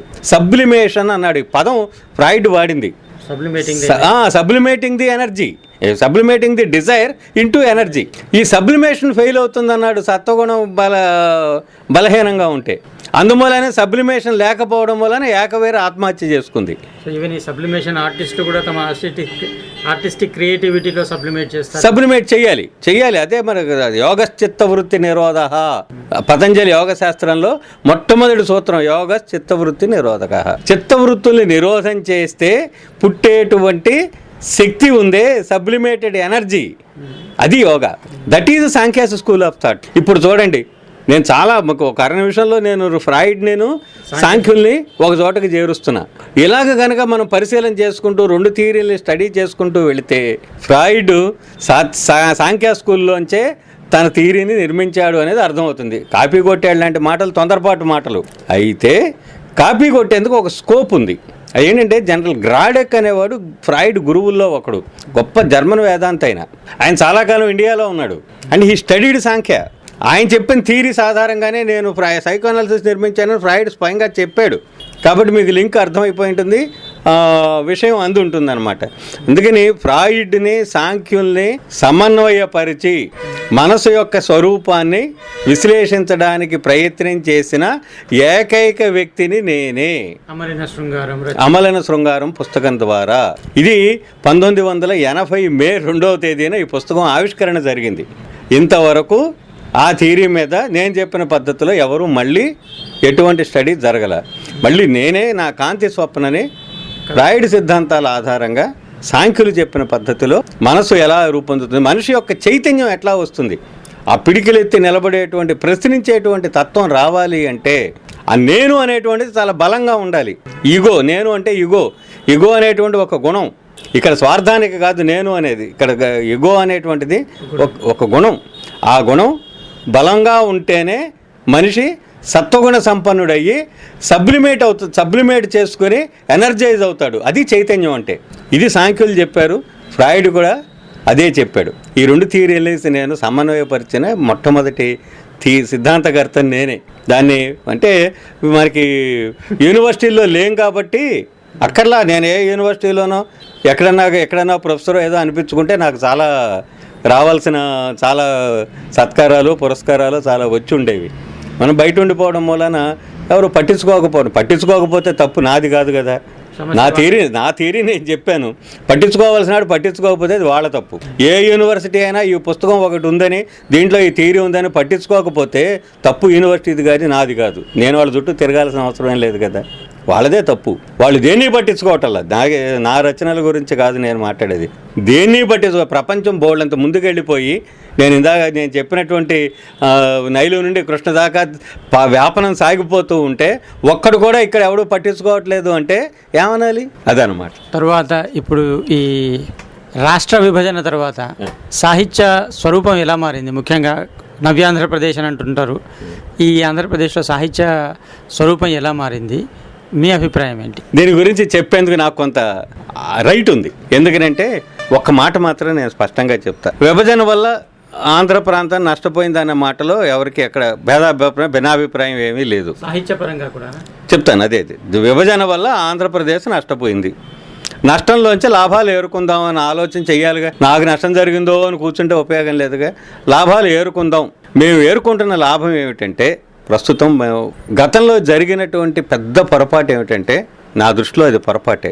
మొత్తం హైదరాబాద్ చుట్టూ కేంద్రీకృతం అయినటువంటి అనేక అంశాలలో సాహిత్యం ఒకటి. బెజవాడ కేంద్రంగా ఉన్న పబ్లికేషన్లు కానీ, బెజవాడ కేంద్రంగా ఉన్న సినిమాలు కానీ, బెజవాడ కేంద్రంగా ఉన్న పత్రికలు కానీ హైదరాబాద్కి తరలి వెళ్ళిపోయిన తర్వాత, ఛానల్స్ హైదరాబాద్లో కేంద్రీకృతం అయిన తర్వాత, ముఖ్యంగాను హైదరాబాదు పరిసరాల్లో ఉన్న వాళ్ళకు వచ్చిన సౌకర్యాలు కానీ, అవకాశాలు కానీ, వాళ్ళకు వచ్చిన గుర్తింపు కానీ బయట ఇతర తెలంగాణలో ఉన్న ఇతర ప్రాంతాలకు కానీ, ఆంధ్రప్రదేశ్లో ఉన్న మిగతా ప్రాంతాల్లో వాళ్ళకి కానీ అందని మాట నిజం చెప్పాలంటే, నేను ఇప్పటికీ నావి 117 పుస్తకాలు అచ్చైనాయి. నేను రాసినవి 117 పుస్తకాలు అచ్చైనాయి. 117 పుస్తకాలు రాసిన నన్ను ఎప్పుడైనా మీరు హైదరాబాద్లో చూసారా? ఏది అంత 117 పుస్తకాలు రాసి నావైన సిద్ధాంతాలు నేను ప్రకటించి నాదైనటువంటి పద్ధతిలో నేను ఇన్ని ఉద్యమాల్లో ఉన్నటువంటి వ్యక్తిని హైదరాబాద్లో ఒక్క సంస్థ ఎప్పుడైనా నన్ను పిలిచిందా? ఎవరన్నా ఎప్పుడన్నా మమ్మల్ని అంటే నన్ను అన్నమాట ఇంకొకళ్ళ పేరు చెప్తే బాధపడతారని నా మీద పెట్టుకుని అంటున్నాను నేను. ఎప్పుడు రాలేదే. ఒక్క ఆహార చరిత్ర నిర్మించడానికి ప్రయత్నం చేసి ఇవాళ నాదైన సిద్ధాంతాలు అనేకం చెప్తున్నానే. మమ్మల్ని ఎప్పుడు హైదరాబాద్లో ఎప్పుడు ఎక్కడ గుర్తించలేదు. ఇవాళ మేము ఆంధ్రప్రదేశ్ ఏర్పడిన తర్వాత ఇలాగా మారుమూల ప్రాంతాల్లో ఉండిపోయి ఆంధ్రప్రదేశ్లో రచయితలే లేరు, ఆంధ్రప్రదేశ్లో కవిత్వం లేదు, ఆంధ్రప్రదేశ్లో కథ లేదు, ఆంధ్రప్రదేశ్ సాహిత్యం లేదు, ముద్ర వేసేశారు. కించపరుస్తున్నారు మమ్మల్ని. రైట్, ఓకే, పంచపరచపోతే దీంట్లో ఉన్నదే నిరూపించుకుందాం అని మా 13 జిల్లాలు ఏం జరిగినా మా 13 జిల్లాలకి సమానంగా ఏ ఒక్క ప్రాంతానికి అన్యాయం జరగకుండా సమానంగా భాషా సంస్కృతికి సంబంధించినటువంటి కార్యక్రమాలలో ప్రాతినిధ్యం ఉండేలాగా చేసుకోవటానికి మేము కంకణం కట్టుకున్నాము. నా అవకాశం ఉన్నంత మేర నేను అందుకు ప్రయత్నం చేస్తున్నా. అది మేము నష్టాల్లోంచి లాభాలను ఏరుకోవడము అనగా ఇవాళ మరి మాకు దాదాపుగా ఈ 4-5 సంవత్సరాల్లో భాషా సాంస్కృతిక శాఖ వారు 4 సంవత్సరాల్లోనూ సంవత్సరానికి కనీసం 60 మంది చొప్పున ఇచ్చిన 250 మందికి ఉగాది పురస్కారాలు అందినాయి. 60 సంవత్సరాల కాలంలో, ఆంధ్రప్రదేశ్ ఏర్పడి 60 సంవత్సరాల కాలంలో 10-15 మందికి కూడా అందల. ఇప్పుడు మేము 60 మందికి ఉగాది పురస్కారాలు అందించగలిగాం. అలాగే దాదాపుగా ఒక 60-70 మందికి కళారత్న పురస్కారాలు అందించగలిగారు. నేను భాషా సాంస్కృతిక శాఖకి నేను దండం పెట్టి చెప్తున్నాను. వాళ్ళు ముఖ్యంగా మా విజయభాస్కర్ గారు, డాక్టర్ దీర్ఘాసి విజయభాస్కర్, ఆయన విజయవాడకి ఆ శాఖని షిఫ్ట్ చేసినప్పుడు, ఇక్కడికి మార్చినప్పుడు వారిని మేము కలిసి, అయ్యా మాది ఒకటే విన్నపం, విజయవాడకి పరిమితం చెయ్యకండి, ఇక్కడున్న మీ నలుగురితో మమ్మల్ని ఏదో పిలిచేసేసి నలుగురితో కార్యక్రమం అయిందని అనిపించద్దు, ఏ చిన్న కార్యక్రమం జరిగినా 13 జిల్లాలకి సమానమైన ప్రాతినిధ్యం ఇవ్వండి అని అడిగాం. నా అభిప్రాయం కూడా అదేను, మీరందరూ సహకరిస్తే నేను దాన్ని నెరవేరుస్తాను అన్నారు. ఆయన నెరవేరుస్తున్నారు. ఆ విధంగా చెయ్యం. ఇప్పుడు 280 మందికి గౌరవం, గొప్ప గుర్తింపు వచ్చింది అంటే మేము నష్టం, ఇది విభజన వల్ల లాభం పొందామని ఇప్పుడు మేము గర్వంగా చెప్పగలుగుతున్నాం. ఖచ్చితంగా మా రచయితలకు గుర్తింపు వస్తుంది, మా రచయితల్లో ఆత్మవిశ్వాసం పెరిగింది, మా రచయితల్లో మేము కూడా ఇది గుర్తింపు పొందినటువంటి వ్యక్తులు అనేటువంటి ఒక సంతృప్తి పెరిగింది. మంచి రచనలు, మంచి సాహిత్యం. ఇప్పుడు ఏంటంటే రాయని భాస్కర్లు ఎక్కువైపోయారు, అవుట్లెట్ లేదు. ప్రభుత్వ పరంగా గత 6 సంవత్సరాలుగా ఒక్క పుస్తకం కొనలా లైబ్రరీలు, పబ్లిషర్లు ఖాళీగా కూర్చున్నారు. పుస్తక ప్రదర్శనలో పుస్తకాలు కేవలం మతంపరమైనవో, లేకపోతే వాస్తుపరమైనవో, లేకపోతే ఆరోగ్యపరమైనవో తప్ప ఇతర సాహిత్య గ్రంథాలు ఏవి కొననటువంటి పాఠకుల్లో చైతన్యం లేదు, పబ్లిషర్స్లో కదలిక లేదు. అందుమూలన రాసి ఏం చేయాలి అనేటువంటి నిర్లిప్తతలో ఉండిపోయినటువంటి రాయని భాస్కర్లుగా ఉండిపోయినటువంటి మా రచయితలందరిలో కూడా ప్రభుత్వం కనుక కాస్త మళ్ళీ లైబ్రరీ ఆర్డర్లను పునరుద్ధరించి పుస్తకాలు కొనుగోలు కనుక ప్రారంభిస్తే మేము కూడా ఇక్కడ ఇంకా మంచి సాహిత్యాన్ని తేవడానికి, మా సత్తా ఏమిటో మేము నిరూపించుకోవడానికి మాకు మంచి అవకాశం వస్తుందని నేను భావిస్తున్నాను. పూర్ణచంద్ గారు, మీతో మాట్లాడుతూ ఉంటే సమయం తెలియట్లేదు. నిజానికి ఇంకా తెలుసుకోవాల్సిన విషయాలు చాలా ఉన్నాయి, కానీ సమయాభావం వల్ల మనము ఈ కార్యక్రమాన్ని ఇక్కడికి ముగిద్దాము. మీ బిజీ షెడ్యూల్లో మీ సమయం తీసుకుని కేటాయించి ఈ సృజనస్వరం వినిపించినందుకు బహు కృతజ్ఞతలు, ధన్యవాదాలండి. నమస్కారం అండి. చాలా సంతోషం. నా చిన్ననాటి విశేషాల దగ్గర నుంచి చాలా విషయాలు నాతో మాట్లాడిచ్చారు. ఎక్కడెక్కడి నుంచో బుర్రలోంచి బయటికి ఇవాళ ఎవడో అణిగిపోయినటువంటి చాలా విషయాల్ని, మరుపులోకి వెళ్ళిపోతున్న చాలా విషయాల్ని ఒక చోటకి చేర్చేందుకు మీరు నాకు ఒక మంచి అవకాశం కల్పించారు. తద్వారా నేను నా గురువుల్ని, ఎవరైతే భాషా సాంస్కృతిక రంగాలలో తమదైనటువంటి ముద్ర వేసినటువంటి మహానుభావులు ఉన్నారో వాళ్ళందరినీ కూడా స్మరించుకోవడానికి కూడా నాకు ఈ కార్యక్రమం మంచి అవకాశం ఇచ్చింది.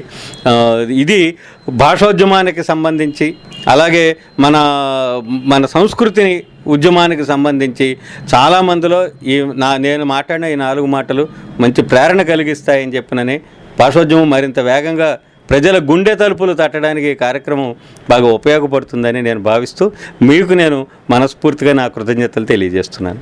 ఇది ఈనాటి సృజనస్వరం కార్యక్రమం. వచ్చే వారం మరో